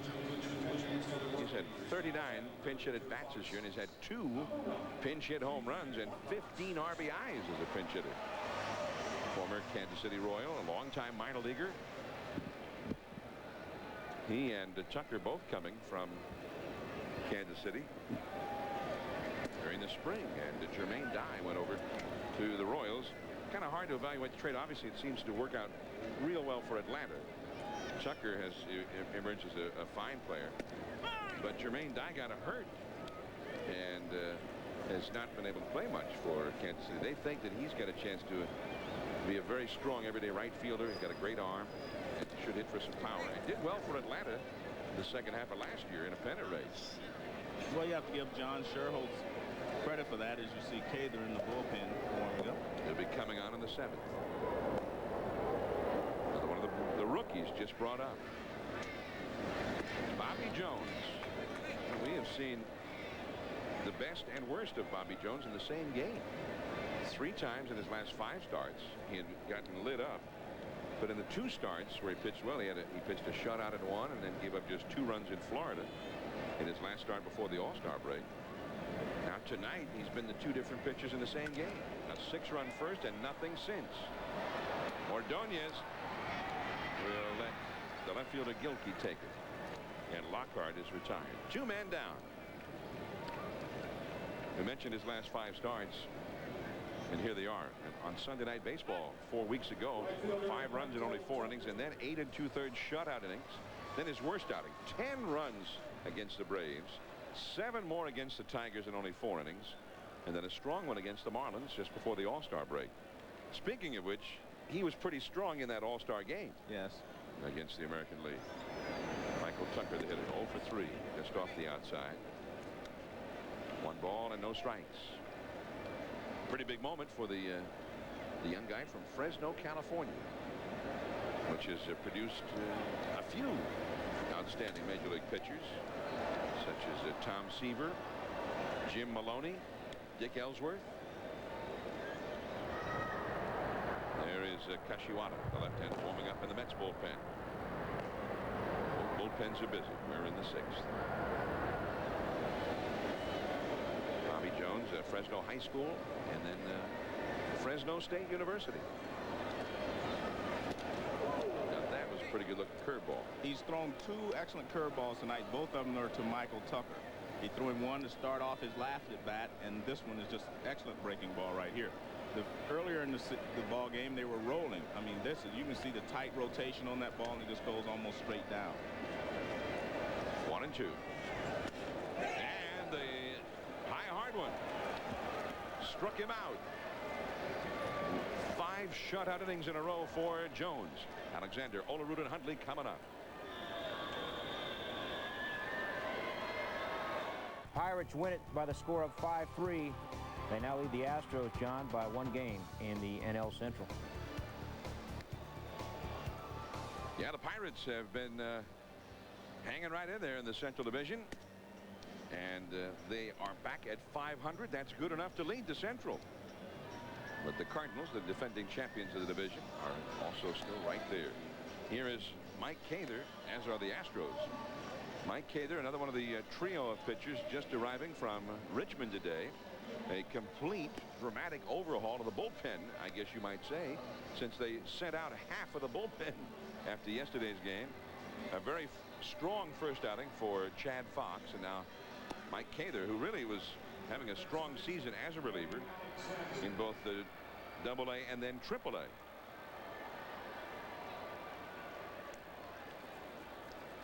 Michael Tucker struck out, ending the Braves' 6th inning. Tried to check the swing. Well, it looked like he hurt his right hand. That lead hand, it looked like he was trying to hold up. And sometimes you just roll your wrist over and it will pain you. Well, he's back out in right field. Stays in the ball game. You see he's wiggling the fingers. Cather, a sidearmer who throws a sinker. Manny Alexander, the hitter. And it is 2-0. Cather, C-A-T-H-E-R, 26 years of age. Originally in the Texas Rangers organization. Signed as a free agent for last season by the Braves. Spent all of last year in AA ball at Greenville. Started this season at Greenville. And had 1 save in 22 games at Greenville. Then had a 1.73 ERA and 3 saves in 11 games at Richmond. He had been 5-2 at Greenville. Is it Greenville or Greenville? What do you think? It used to be in Durham, Joe. You speak that language. Greenville. Greenville. That's right. That's Okay. correct. Yeah. All right. I was thinking back to my Durham days. Yeah. Greenville. I transported you through Yeah, time. You're right. And that hard sinker is inside. So a leadoff walk to Alexander in front of the power. That's an ominous beginning for Mike Cather. John, I want to show the kids something to look for in as a hitter.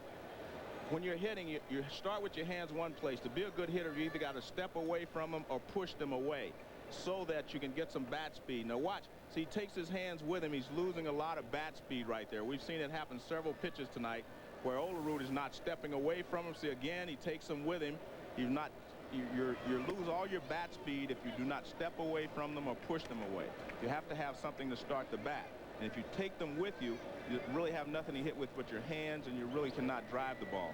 And we've seen that on a couple of occasions tonight with Olerud. He's not stepping away from his hands or pushing them back. Well, he has struck out twice, and he's reached an error once. That count 1 ball and 1 strike as he faces Cather. Here in the 7th inning, it's 6-6. The third Braves rookie reliever brought up, Kevin Millwood, really is not available tonight. He just worked as a starting pitcher a couple of days ago. Bobby Cox said that he would be available to work out of the bullpen probably tomorrow. And then they have also a plan for him to start a ball game in about a week or so.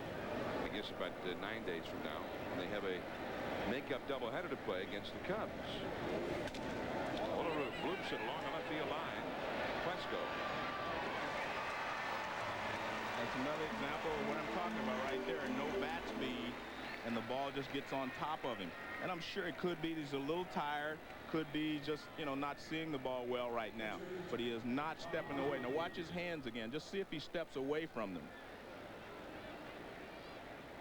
Nope. See, everything comes with him at the same time, and therefore he does not have any bat speed. See, his hands start right there. They don't go away from him. They stay right there. It's like just pushing the bat out there, and that's exactly why you can't get around on the fastball inside. And again, I mean, he wasn't hitting like that earlier in the year. It's just a spell that you go through during the season. Now Todd Huntley, the Mets home run leader.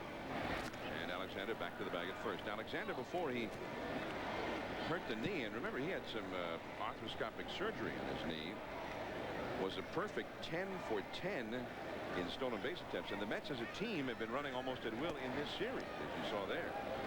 8 for 8 in their steal attempts in the first 3 games of this series.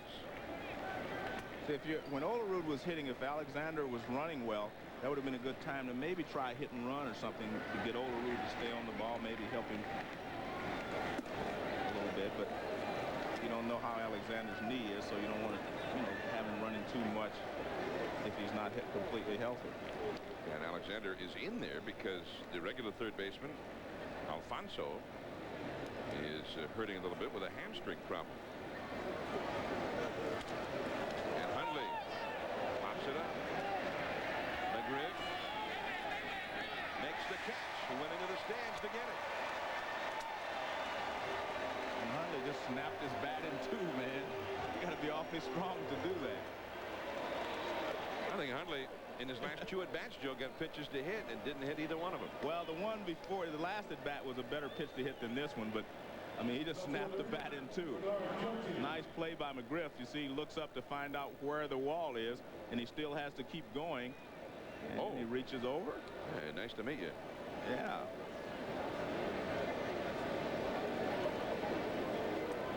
Now watch him. He just snaps the bat.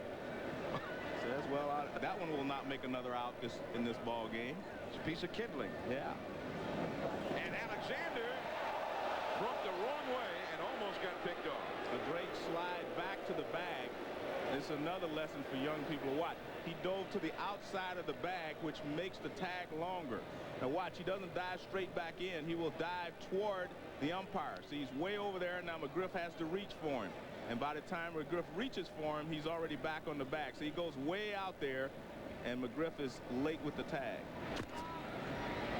Always go to the outer corner of the bag when you're diving back, because it makes for a little longer play for the first baseman. He catches the ball, and then he has to swipe at you. 2 down, Gilkey the hitter. He is 1 for 3. And included in that is the fact that he got robbed of a home run by Andrew Jones in his first at bat back in the 2nd inning. 6-6 in the 7th. Once, as Andrew Jones looks on from center field, it was 6-0 for Atlanta. And that lead was short-lived by the 4th inning. The Mets had made it a 1-run game, courtesy of Butch Huskies, 2 home runs with 5 RBIs. And then in the 5th inning, they tied it on an error, actually, by Mark Lemke. Strike at the knees. 1 ball, 1 strike. Gilkey seemed to think maybe it was a little bit too low. An average, climbing slowly, but climbing nonetheless. Inside for a ball, 2 balls and a strike. Watching Mike Cather in his major league debut. 2 of the 3 new Brave pitchers making their debuts in this ball game. Cather, 6 feet 2 inches tall, listed at 195 pounds. Born in San Diego. And lives now in Folsom, California. He's a guy, Joe, who never made a start at any level in the minor leagues. Rangers and then the Braves thought of him strictly as a relief pitcher. Throw down to first, and Alexander again dives to that outside corner of the bag.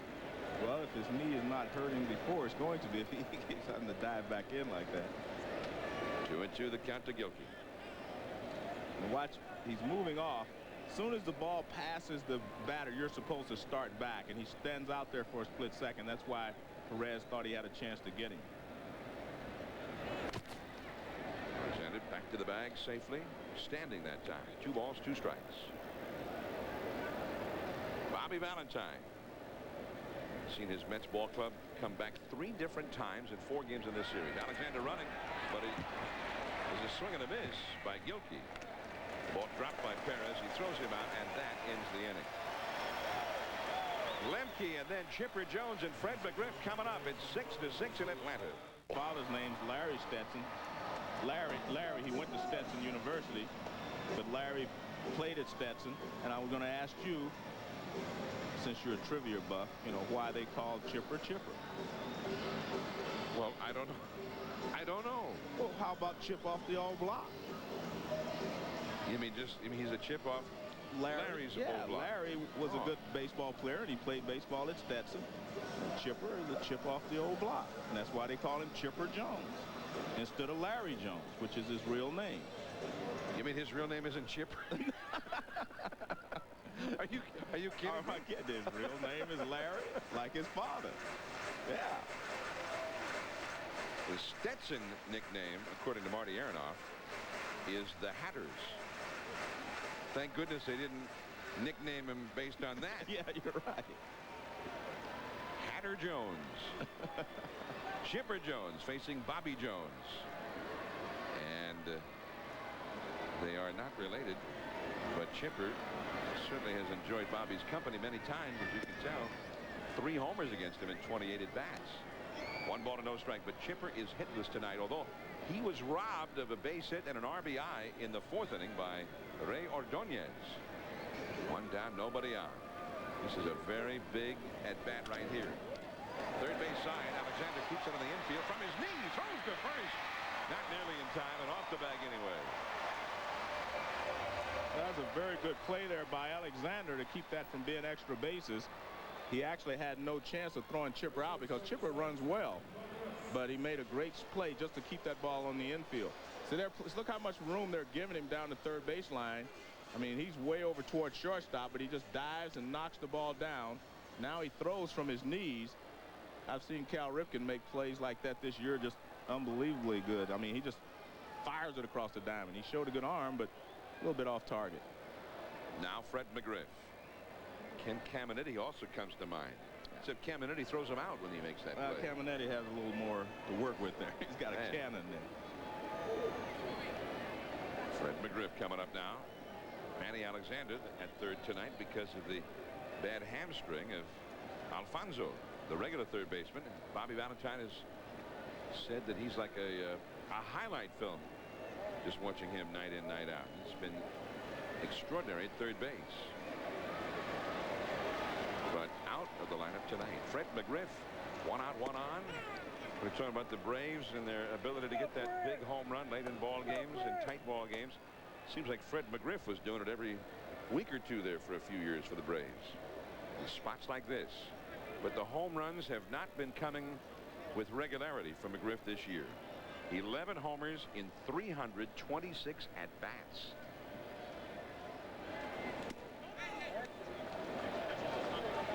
And Frank Pulley on the appeal, ruling against the Mets. 1 ball, 1 strike.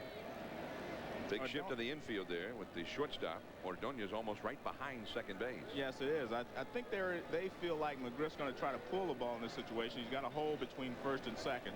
Plus, this is the time of the ball game, like you say, extra base hit can score a run.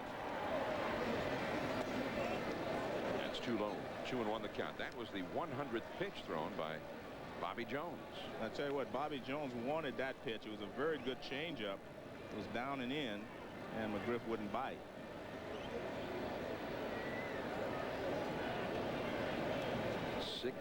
Six in the 7th inning. Bobby Jones, the 12-game winner, facing one of the great sluggers for many years, Fred McGriff. Strike 2 call to the outside. Beautiful pitch there. He came with a change on the inside. McGriff didn't bite, so he's probably thinking he's coming back with a fastball in. He went right on the outside edge with it. This is the way that Bobby Jones pitched earlier in the season. I mean, just spotting the fastball perfectly and mixing in changeups and an overhand curveball.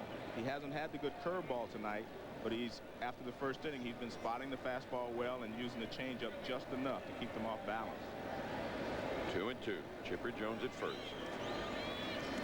The curve, and McGriff took it. Good move by Freddie.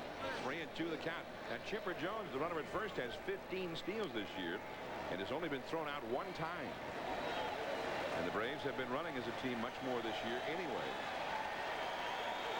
Well, the situation, you have to decide if you're Bobby Cox whether you want to send him. McGriff does strike out, but even if he strikes out, you're not sure that they're going to be able to get Chipper Jones anyway. I think you have to run him.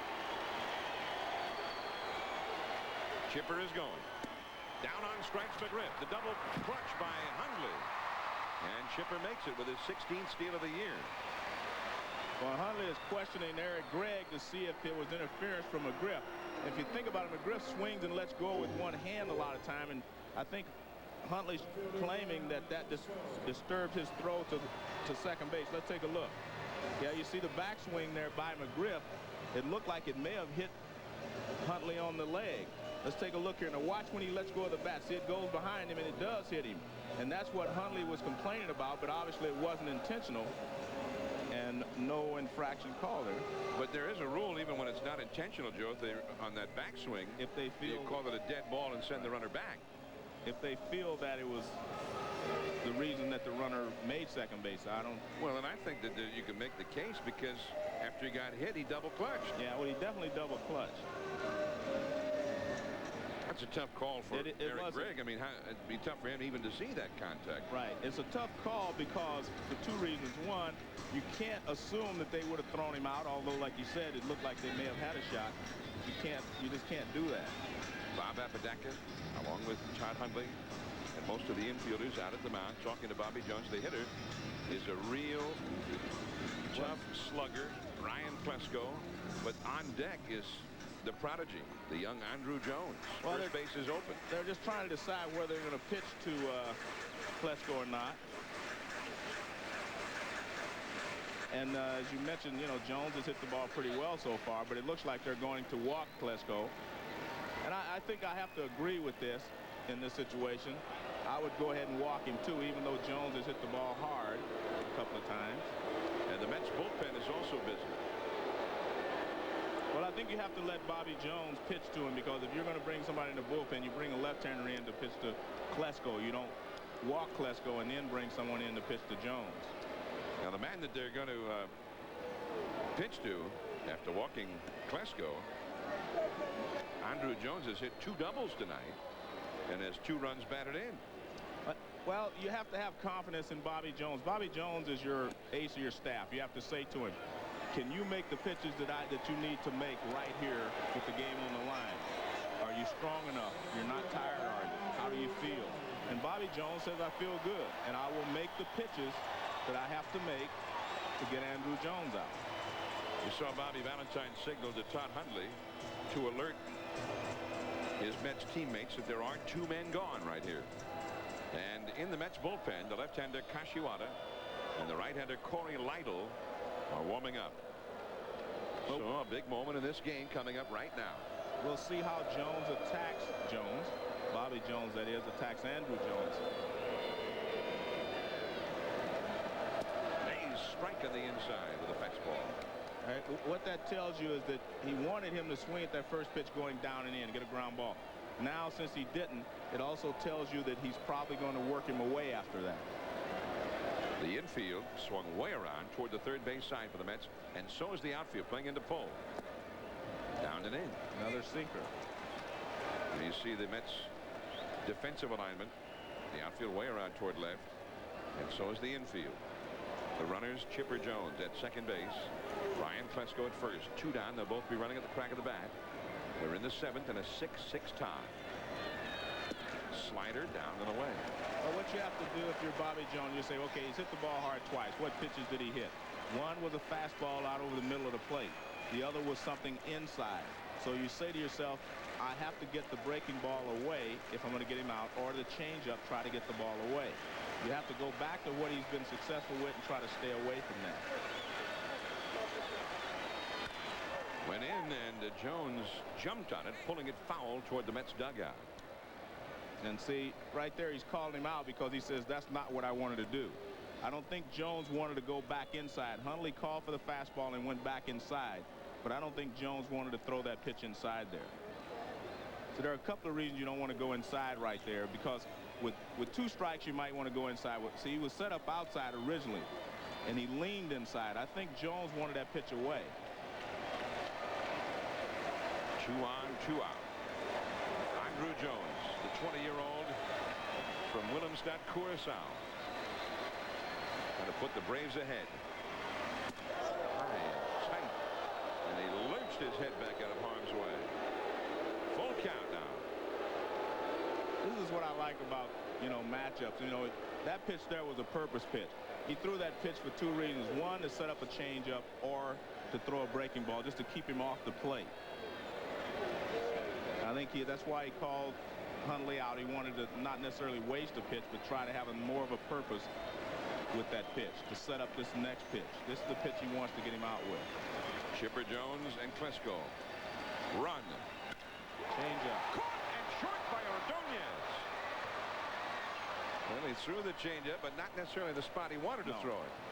He got it up, and Jones hammered it. But Ordonez was there. Some bad luck there for Andrew Jones. Butch Husky with 5 RBIs is coming up.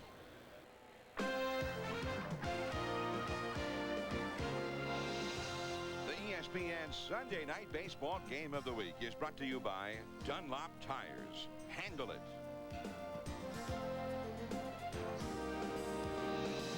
6-6 as we head to the 8th inning. I'm John Miller with Joe Morgan.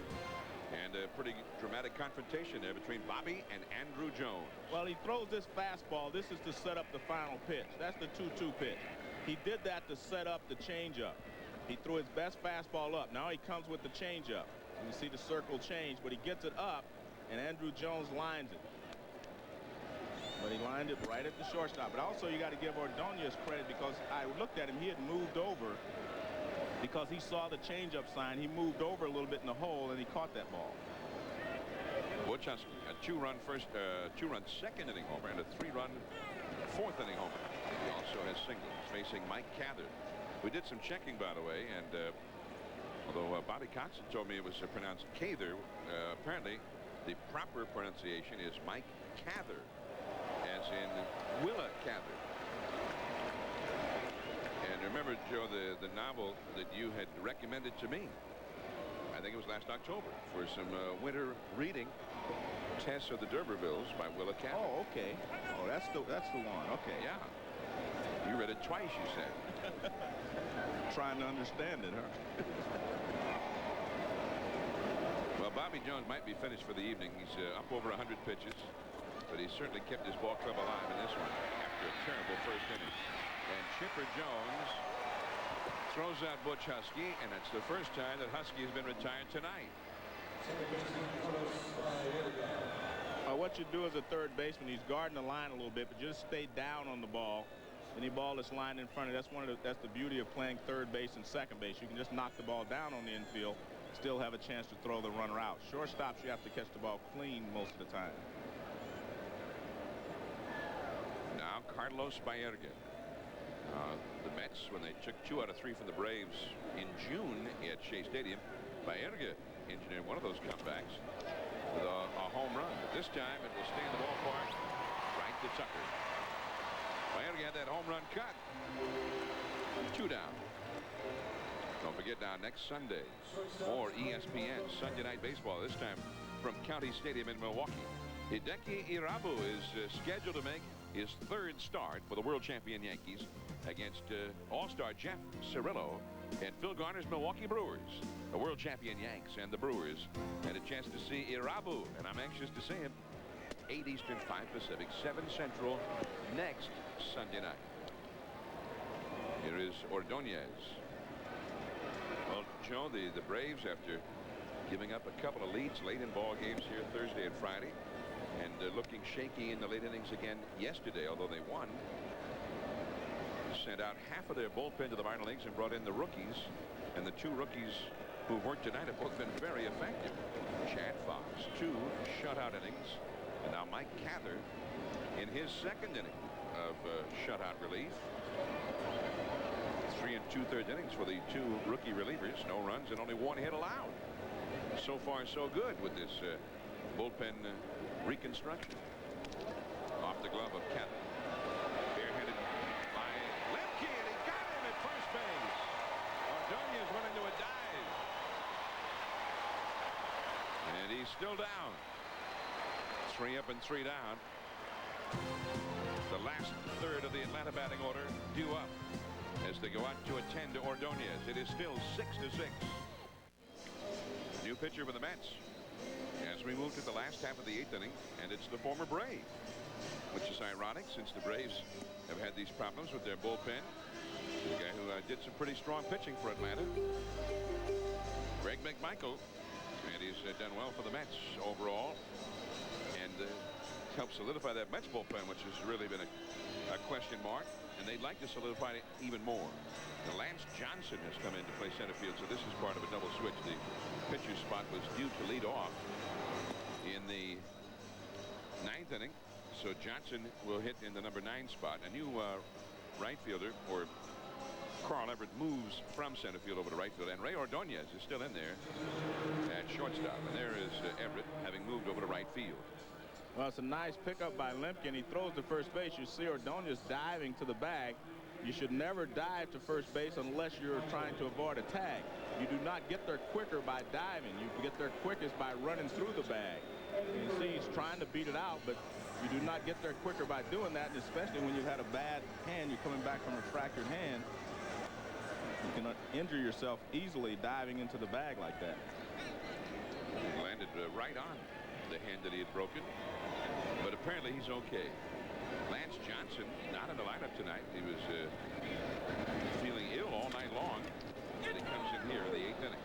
John Olerud to McMichael, and Eddie Perez on one pitch against his former teammate is gone. You know, when the season began, it was the Mets bullpen that was a terror zone. I mean, that bullpen was costing them games. When the season began, the Mets couldn't beat anybody, and they were in games even when they were leading late. The bullpen was giving it up. They started the year 3-9, and were swept in their first home series of the year by the San Francisco Giants, and were pretty much written off right then. And then about a week and a half later, they were still struggling. They were 8-14. But since then, they have actually had the best record of any team, and that's over a good long period of time. The rest of the bullpenners out there, but they would like to solidify that bullpen a little bit if they could, even now. Well, I think just about every team is looking for a little help in the bullpen, whether it be a setup man or a long relief man. Everyone's pretty much looking for some help. There you see the best record in baseball since April 22nd, at the time the Mets, or April 27th, since the Mets were 8-14. They were 8-14 at that point, and they've had the best record in all of the majors since then. The 67-game period. A little bit better than the Yankees. One game better than the Braves even. So the Mets are up there with the big boys since that 4-star. The difference between them and the others is that the others didn't have that 4-star. Well, ball 4 to Belliard, and that is not what Bobby Valentine wanted to see. Not Rafael Belliard, who is the least likely, and you could look it up, as Casey Stengel used to say, the least likely man in all of Major League Baseball to hit one out of the ballpark again. What's it been for Rafael? 11, 12 years since? We're told that it's been a little over 10 years since last he hit a home run. It's Mike Mordecai comes up as the pinch hitter for Mike Cather. By the way, that was Rafael Belliard's first walk of the year. Belliard earlier in the game got his first extra base hit of the year. Been a night of first for Belliard. And with Jeff Blauser having such a great season for Atlanta, Blauser hitting .344, there's not been much for Belliard to do. Oh, you're right. He only had 32 at-bats all year. Mordecai. The plate in the 8th inning. There's Jeff Blauser. He's got a back problem. Bobby Cox said he's not sure when Blauser's going to get back. And they really miss his bat. .344, tied for 5th in the National League. Pretty good sinker, and Mordecai just got a piece of it. Stay alive. Mordecai, you saw the graphic a while ago. He is 2 for 27 as a pinch hitter. Yeah, that doesn't seem to be his strength there. But it's tough to sit on the bench, not play very often, and then pinch hit. I think pinch hitting is probably the most difficult job to do as far as coming off the bench. I think you can sit around for a while and still throw hard as a pitcher, but you sit on the bench for too long, have to walk up and pinch hit. It's just very difficult to do. I always thought you could have played another 4 years after you retired, Joe, if you just stayed on as a pinch hitter for somebody. No, I couldn't pinch hit. I was very bad at that. 2 strikes the count. That one just disappeared. Strike 3. What McMichael's throw sometimes looks like a sinker, but it's actually a changeup that goes down and into the right-hander. I mean, he throws, and that's exactly what that pitch is. Watch it. Look, see, that is a changeup. That's not a fastball. It looks like a sinker. He throws a sinker that reacts the same way. That's one of the reasons he's so difficult to hit, because his sinker looks like his changeup, and his changeup looks like his sinker, so you don't know which one it is. Now here is Michael Tucker. Now, Bobby Cox, one of the things he liked about McMichael when he was with Atlanta was because of the action on that sinker and that changeup, he could be real tough on left-handed hitters. Well, there is the fastball you just saw there running away from Michael Tucker. And he will throw the changeup with the same motion, and it'll appear to be the same pitch about halfway to the plate. 1 strike the count. And out of play. 1-2 the count now to Tucker, who is hitless in this game. 0 for 4. He's not had too many games like that this year. Hitting over 300 and filling in as the leadoff man in the absence of the injured Kenny Lofton. 6-6 in the 8th inning. The Braves led 6-0 after the 1st inning. The Mets came back to tie by the 5th inning. And now it has remained tied as we play the 8th inning. 2 down, runner at first. 1-2 to Tucker. Lemke would be next. I remember Dusty Baker, the Giants, Joe, talking earlier this year about teams that come from big deficits in a game.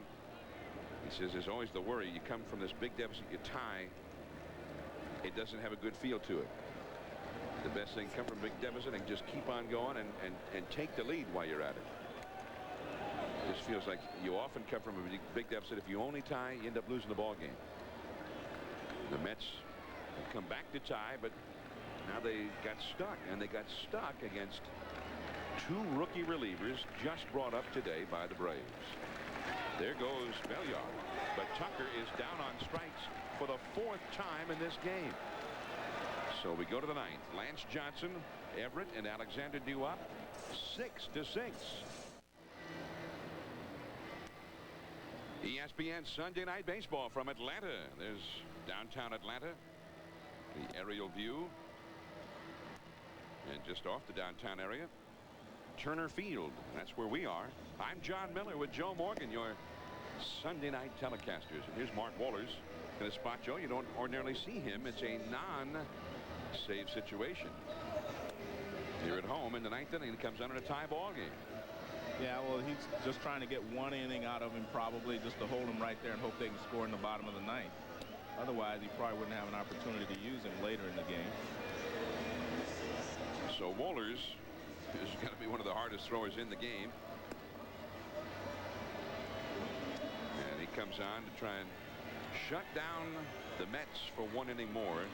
Chipper Jones and Fred McGriff will both be due up in the last half of this inning. 6-6 the score. Well, with us overhead tonight, showing us all the sights in Atlanta, the Miller Brewing Eagle. The Eagle, a very unique airplane that Miller has designed to provide aerial views on sports television.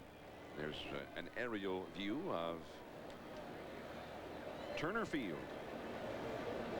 So some have chosen to dub the TED. Here's Lance Johnson.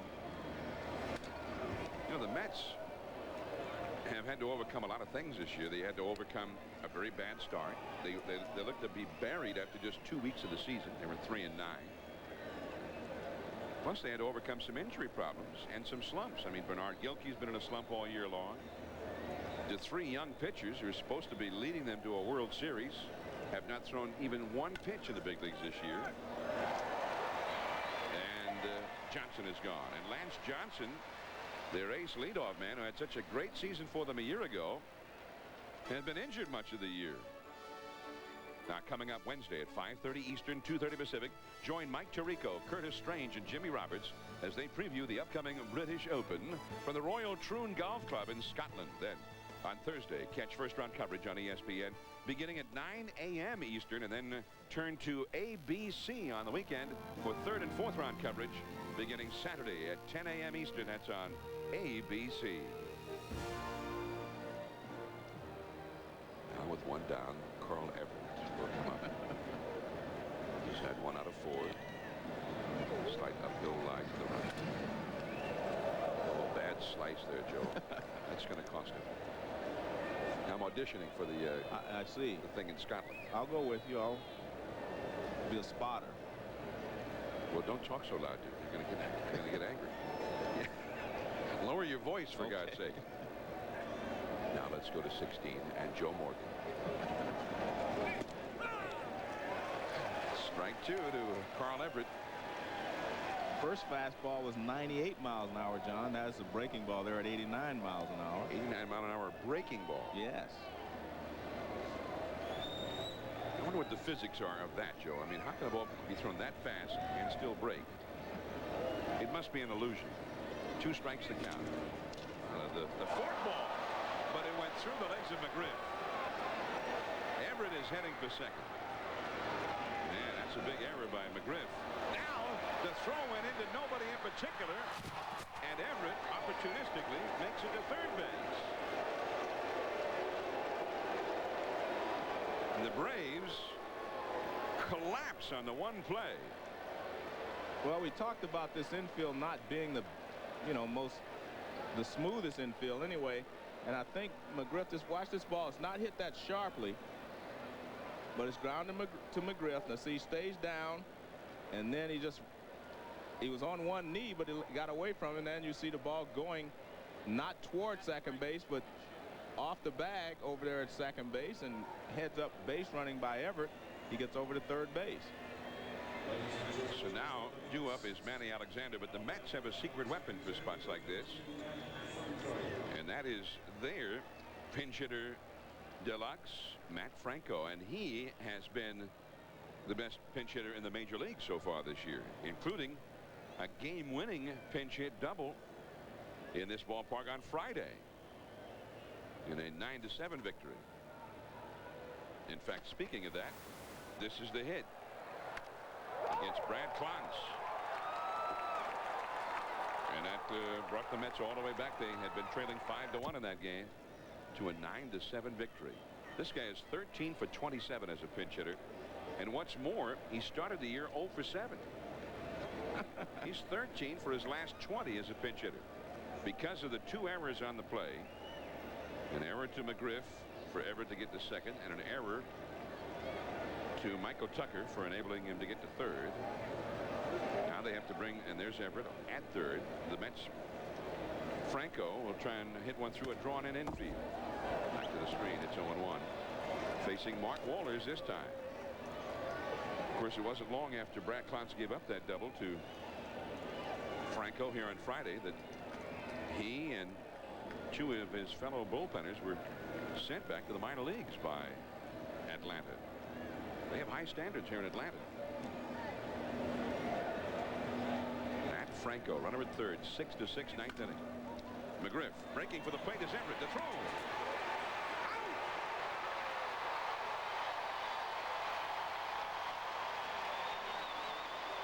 It was an awfully close play, but handled well.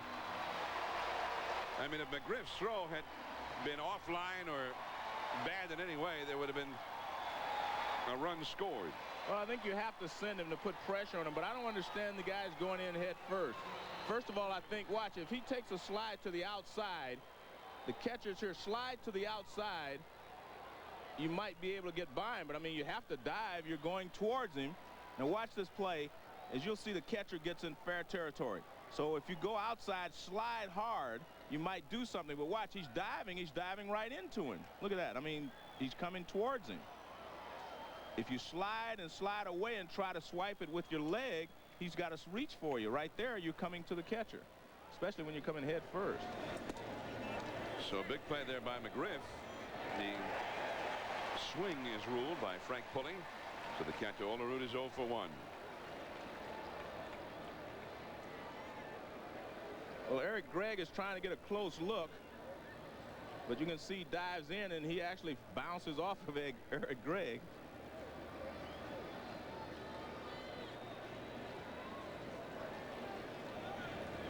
You got to get a good look, but not become part of the play. Right. Strike 2 to Olerud.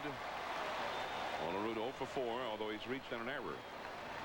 Well, McGriff redeems himself. Joe, I mean, if he had to hurry the throw, if he throws it high or wide, where Perez had to reach up and then come back down with it, or reach across the body and bring it back, Everett might have scored anyway. Franco, the runner at first, 2 down. We're in the top of the 9th inning. Mark Walters has not yet thrown a pitch in this inning out of the strike zone. That's his 10th pitch of the inning, and they all have been strikes. You know, Walters himself, he can empathize with these pitchers who were sent to the minors.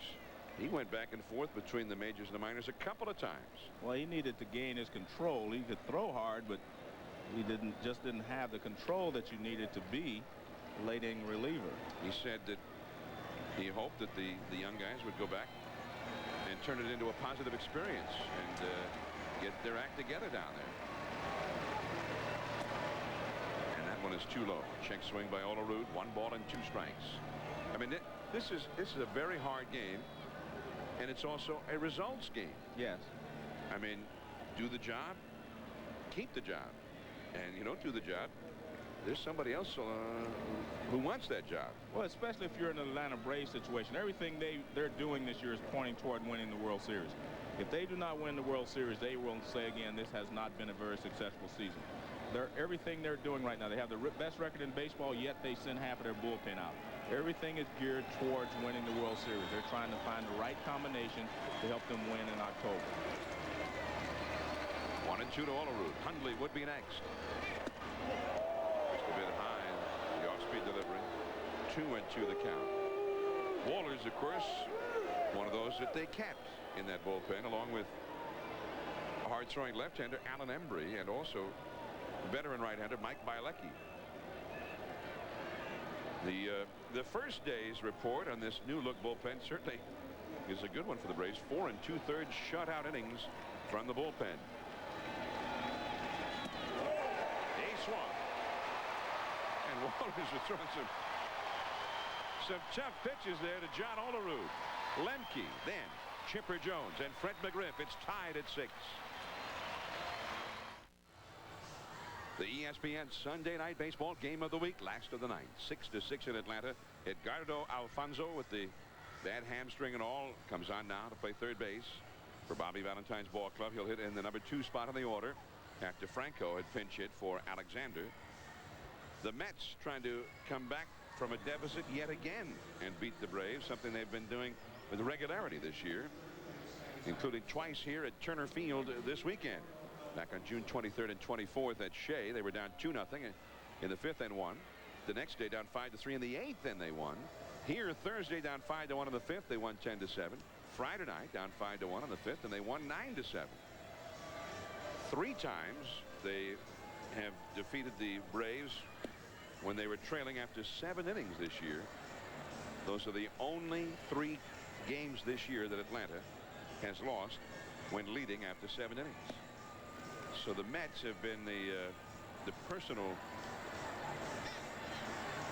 penance, I guess, for Bobby Cox's Braves this year. Things have gone real well for Atlanta, and why not? I mean, they're awfully good. When they don't go well, everybody is kind of surprised by that. But the Mets have been the ball club the Braves have had a hard time figuring out. Mets is trying to stay close to Atlanta, but even more so to Florida, because Florida and the Mets are the top 2 teams in the wild card race, which you think about right now because they're still rather far distant from the Atlanta Braves, who still in all seem to be in a class by themselves in the National League. McMichael, the former Brave, that one hit the lip of the grass, but Olerud went down to get it, and Mark Lemke on 1 pitch is gone. He's now 2 for 4. Now we go to the power. Chipper Jones, one of the hottest RBI men in the land right now, with McGriff behind him.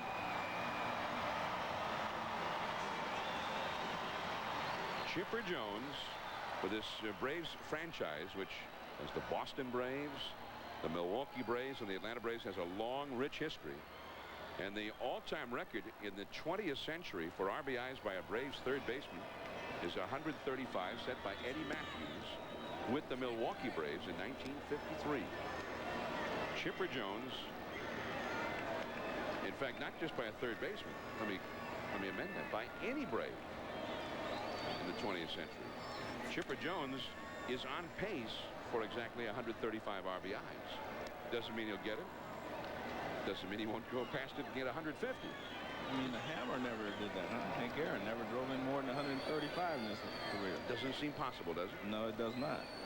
You'd think that he'd have one year where he was just overpowering. We got millions of people all across the country reaching for their baseball encyclopedia right now. Yeah, I would be reaching for mine. Not that I don't trust what you said, but I would reach for mine. 2-1 the count to Chipper Jones. Jones is 1 for 4 in this game. There's Hank Aaron and Eddie Matthews. What a great 1-2 punch they were for many years. And that first foul. The last 2-2 to Chipper Jones. And McMichael would seem to be a pretty good choice to have faced Chipper Jones in a spot where a home run beats you, because he usually keeps the ball on the ground. Well, Joe, you keep saying you would be reaching for you, but you reached for yours, didn't you? Yeah, 132 was the best for Hank Aaron. So I figured he'd be up around 140 or 50 because Willie Mays, some of those great players, they just have their monster years and they would always be up in that area.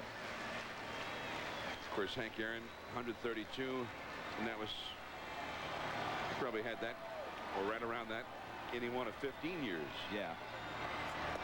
Wow. There's that changeup. Everything looks like a fastball from McMichael when he's throwing well, and then the ball just seems to die at home plate. 2 down. There's the change. You can see it just dies right at the plate. Chipper Jones way out in front. There you see the release. You can see he had it back in his hand and his fingers kind of up on top of the ball. Well, here's Fred McGriff, 2 down. Keeping the ball away from him. 0-1. McGriff tonight has singled home a run, hit into a double play, and struck out twice. I learned something else about Hank Aaron. He had 11 years where he had over 100 RBIs. 11.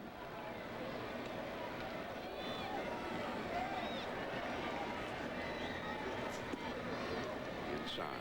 1 ball and 1 strike. Butch Husky, he's out of the ball game. When they made the double switch, they took him out, put Lance Johnson in center, and moved the other outfielders around. Johnson in center, Everett in right. McGriff tried to end it right there, but over the top of it. 1 ball and 2 strikes. Fred McGriff.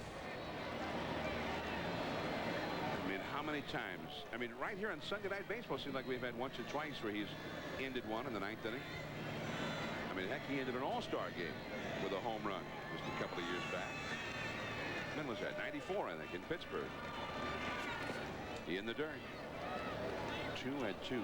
McMichael, meanwhile, trying to get the Mets to extra innings, and if he succeeds, Todd Hundley and Bernard Gilkey, they were the Mets offense last year in terms of power production. There's Lance Johnson getting on, and those two trying to drive him in. So they would have their best power coming up in the 10th. 2-2 to McGriff. Strike 3 call. So McMichael puts it to his former teammates, and we are going overtime. Hundley will be coming up with Gilkey, 6-6. Coming up after the ball game now, Sports Center. Dan Patrick and Linda Cohn, they're going through their final preparations even as we speak. You'll have the full report on the day in sports. Randy Johnson, the big unit, took on the Texas Rangers. A surprising end to that one. The U.S. Women's Open and a conversation with Bobby Valentine. It's tonight, right after the ball game. And Sports Center will then be followed by baseball tonight. So stay tuned to ESPN. But right now, we've got a little Sunday night baseball overtime for you. And Mike Bilecki, the veteran right-hander, is coming on to pitch the 10th inning against a couple of big power hitters for the Mets. Bilecki, who really I mean, totally resurrected his career last year. He was without a job, and got a look-see from the Braves, made the ball club, and then had a great year for them. But he is in a slump here right now. You talked about slumps earlier for pitchers, Joe. He's in one. Yeah, 9.82 earned run average. Not too good in the last 10 appearances. I think that qualifies as a slump. Yes. He doesn't want to slump here because Todd Hundley can take him out of the ballpark quickly. Got 20 home runs for the year. Strike one. Bilecki started working with a personal trainer before last season and discovered that he picked up 6 or 7 miles an hour on his fastball, which was, I mean, this guy must be some kind of a trainer. And he threw on the side, and word got out to the Braves, and they invited him down to West Palm Beach, where they had spring training at that time, and they were very impressed. They thought they would send him to the minors, just have him around, you know, some experience if they needed him. He was so impressive that they said the heck with that, and they brought him to Atlanta, and he was a key man for that ball club last year. Well, he makes short work of Todd Hundley. Well, he did a good job of establishing the inside fastball, getting Hundley aware of it, and then he goes away for strike 3. There's a changeup. Hundley a little bit out in front of it.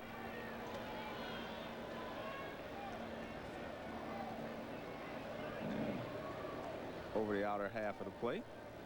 So one man gone. Now here is Bernard Gilkey. Bilecki, a native of Maryland, as was tonight's Atlanta starter. As is tonight's Atlanta starter, Denny Nagel.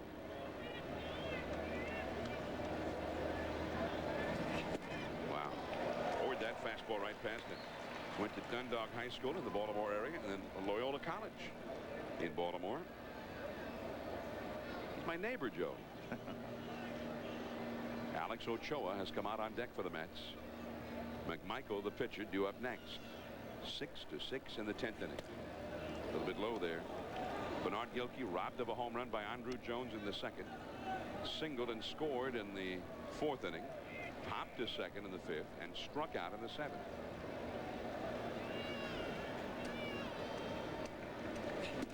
I guess, Joe, so far tonight we have to put this one, regardless of the outcome, into the column of, I guess, John Sherholtz and Bobby Cox know what they're doing. They brought in the right guys. The bullpen is held. It's a high drive deep into left center. Andrew Jones out number 2.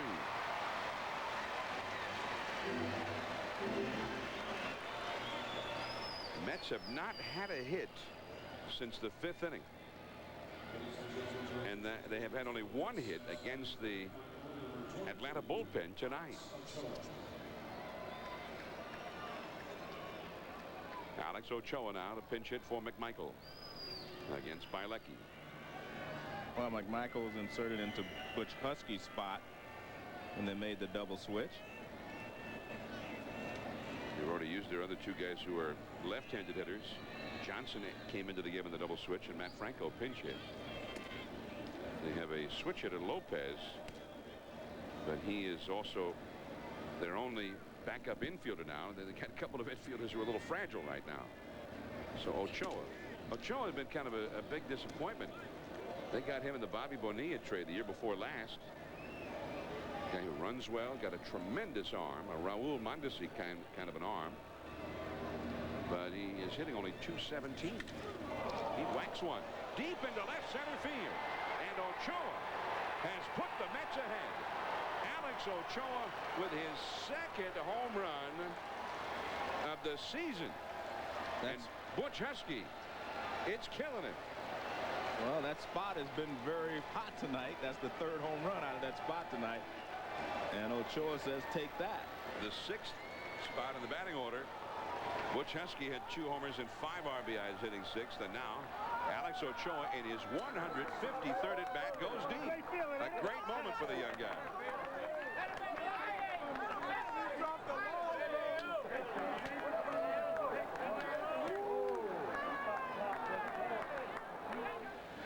Now Carlos Baerga. I had the impression that there's some excitement in that Mets dugout. Now, I don't know, Joe, I can't see into that Mets bullpen, but I have a feeling John Franco's probably starting to throw down there. I agree with you. He might already have been throwing. Baerga hit sharply, and Lemke can't come up with it. Baerga is aboard.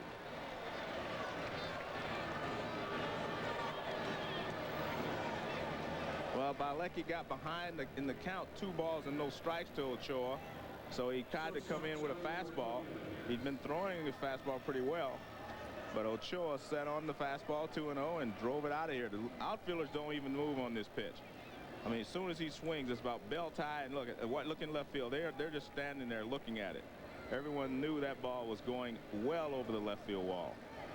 There's Butch Husky. Butch is saying, well, I probably would have done the same thing. I had that 6th spot so good, going so well tonight, anybody could have hit in it. Well, I don't know who was more excited, Ochoa or Husky. Base hit for Carlos Baerga is the official scoring. Baerga's first hit of the ball game. And Ray Ordonez is the hitter now. 2 men on, or 2 men out rather, and 1 man on. And Baerga back to the bag at first. McGriff on there with him. Alex Ochoa has hit his 6th major league home run in his 472nd major league at bat. And that is also the 7th pinch hit home run by a Mets pinch hitter this year, which is redundant, but it's also true.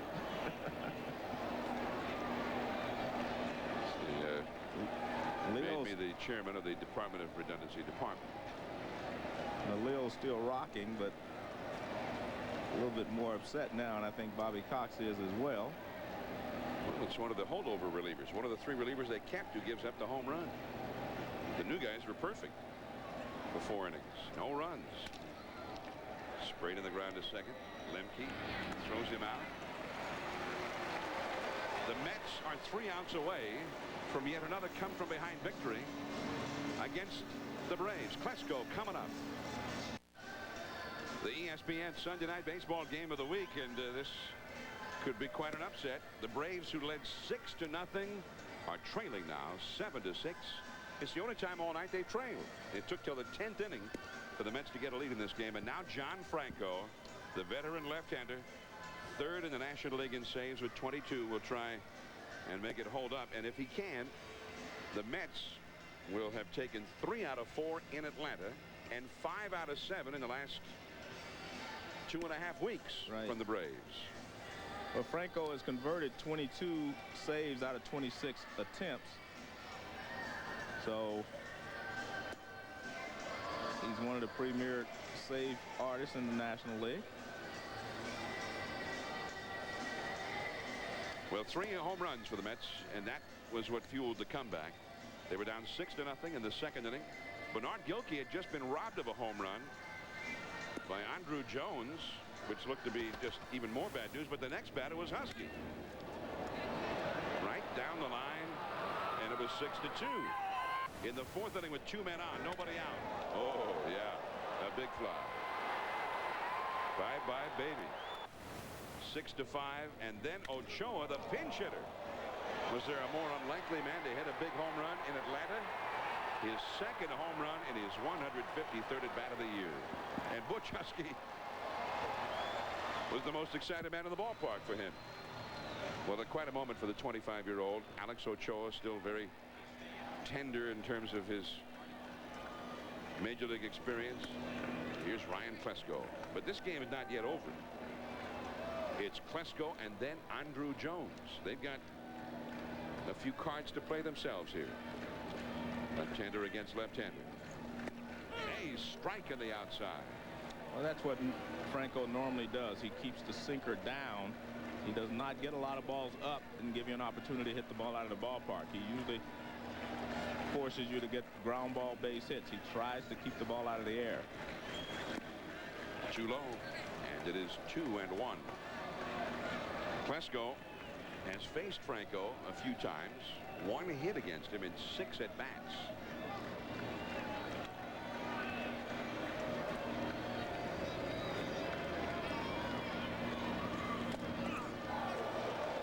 Well, he foul-tipped that one, and then on his backswing, he knocked it out of the glove of Todd Hundley. Well, that's that low sinker we're talking about. He keeps the ball down, and there you see what Klesko has done. against left-handers and right-handers this year. And he's been particularly vulnerable to the lefties this year.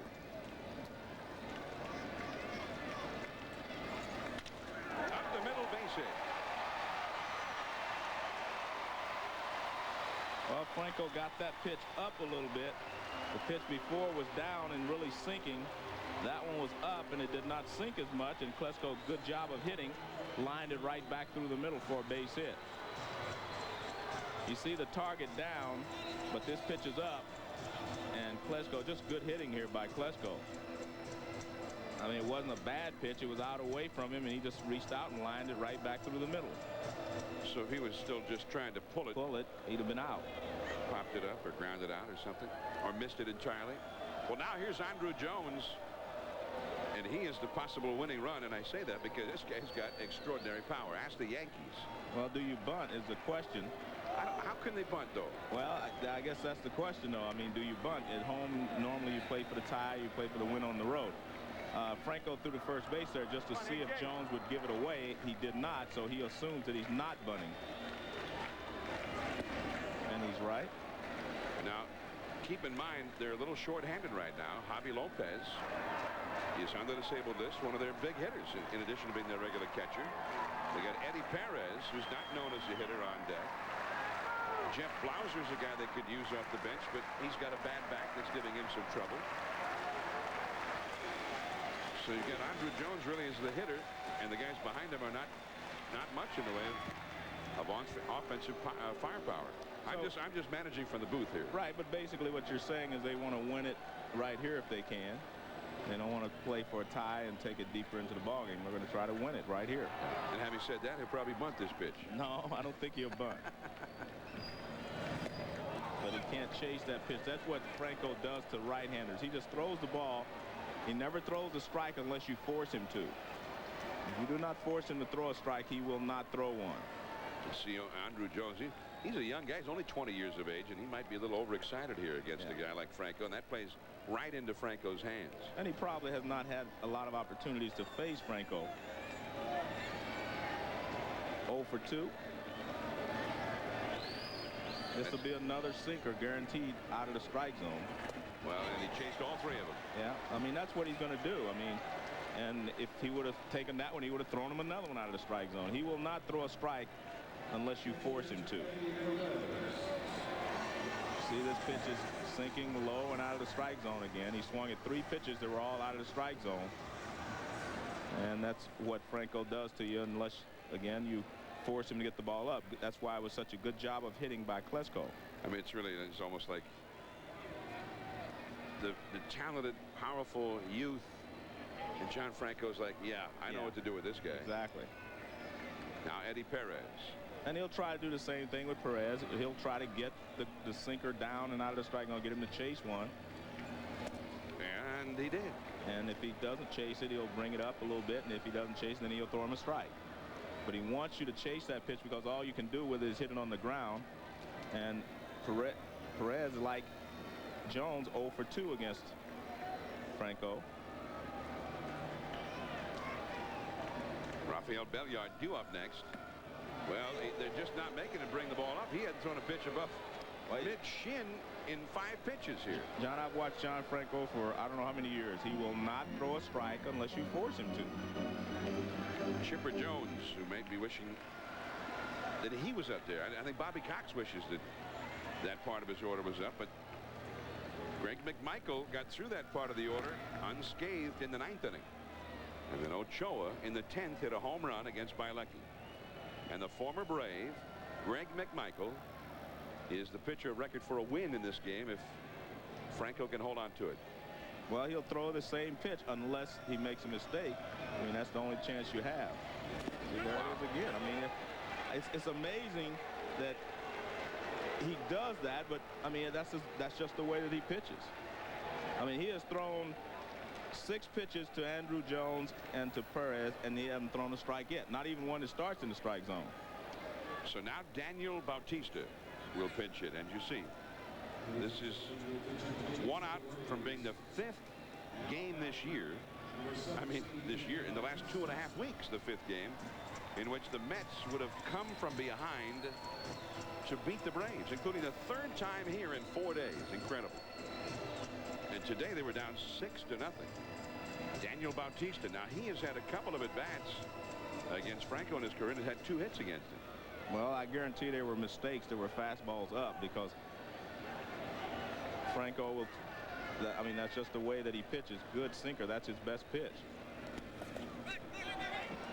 Wesco makes it to second base.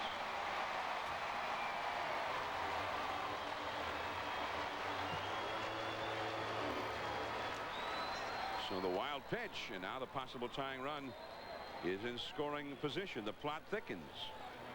Well, the ball bounces, and a good job by Klesko to take off right away, and he forces Huntley to try to rush it, and he can't find the ball. But good play there by Klesko. He was going to make it anyway once the ball bounced, and he took off as quickly as he did. So now Bautista can get a base hit to the outfield. We would start over yet again. It is the Braves now playing catch-up. There is Klesko, the possible tying run, 2 down, 10th inning. And Bautista, having watched both Andrew Jones and Perez flail away at these pitches, which were just inches off the ground, or in one case on the ground. Well, he's taking it to 2-0. You have to remember, Franco may know, you know, that Bautista's hit him well also, so he's not going to throw him a strike either. If he takes it, he'll let him go ahead and walk to first base. He hasn't thrown it. The last strike he threw was when Klesko hit it back through the middle for a base hit. Every other pitch has been a ball. Well, and just as we're talking about it, there's Bautista swinging at ball 3. Yeah. A little over anxious, looking for a fastball in 2-0, but it wasn't in there. Now it is 2-1. Klesko at second, ready to go on anything. The crowd very quiet. That is foul. There's also ball 4 again. I mean, Franco's saying, I'm going to throw it down there. If you swing at it, okay. If you walk, if you take it and go to first base, that's fine. I'll get the next guy out. John Franco coming back to the Mets, or he didn't come back to the Mets. He came back to New York, to his hometown team, the Mets. And it was he at the beginning of the year who kept telling everyone, hey, we're better than this, when the Mets couldn't beat anybody in the first couple of weeks of the season. 2 strikes, 2 balls, 2 down, 7-6 Mets. And we continue. Well, that looked like a setup pitch. That was a setup pitch. I mean, he wasn't trying to throw a fastball up for a strike. On deck, Tony Graffanino. He would pinch it for Bielecki if Bautista can keep the game going.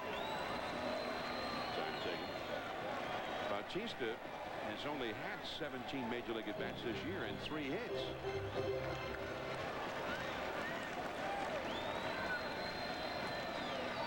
3-2 the count. Mike Bielecki, who gave up the home run to Ochoa, hoping that Bautista can take him off the hook. And it's a walk. Well, that's a good at-bat for Bautista. Yeah, he made sure that he didn't chase that. After he got 2 strikes, he didn't chase that pitch out of the strike zone.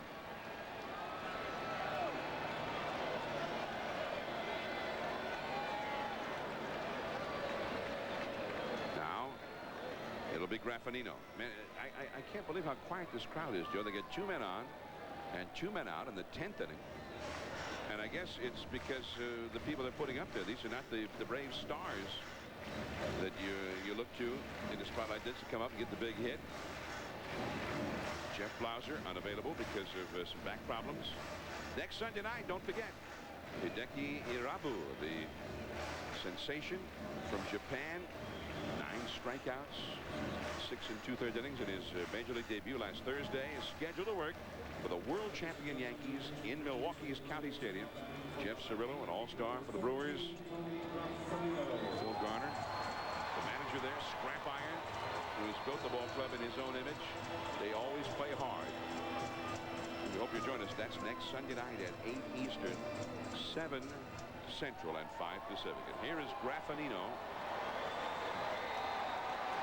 286 hitter, 1 for 6 as a pinch hitter. Now the crowd gets into it here. 2 men on, 2 men out. into the hole. Ordonez to third base, and the ball game is over. And twice Ordonez makes sensational plays to choke off possible Braves rallies. He did it also back in the 4th inning. And the Mets have done it. They have come from behind yet again for the 5th time this year against the Braves. It's also a good play by Alfonso. Look at him now. He sees he can't get it. He goes to third base. A lot of times you'll have your third baseman chase that ball. He doesn't do that. He goes to third and gives Ordonez a place to throw the ball. Smart play there by Alfonso as well. So the Mets pulled up within 6.5 of first in the East and remain a game and a half out in the wild card race behind Florida. Andruw Jones robbing Yoelqui of a home run earlier, but Butch Husky was not to be denied. 2 homers to fuel the comeback against Nagel. John Miller for Joe Morgan. SportsCenter coming up next. This has been a presentation of ESPN, the worldwide leader in sports.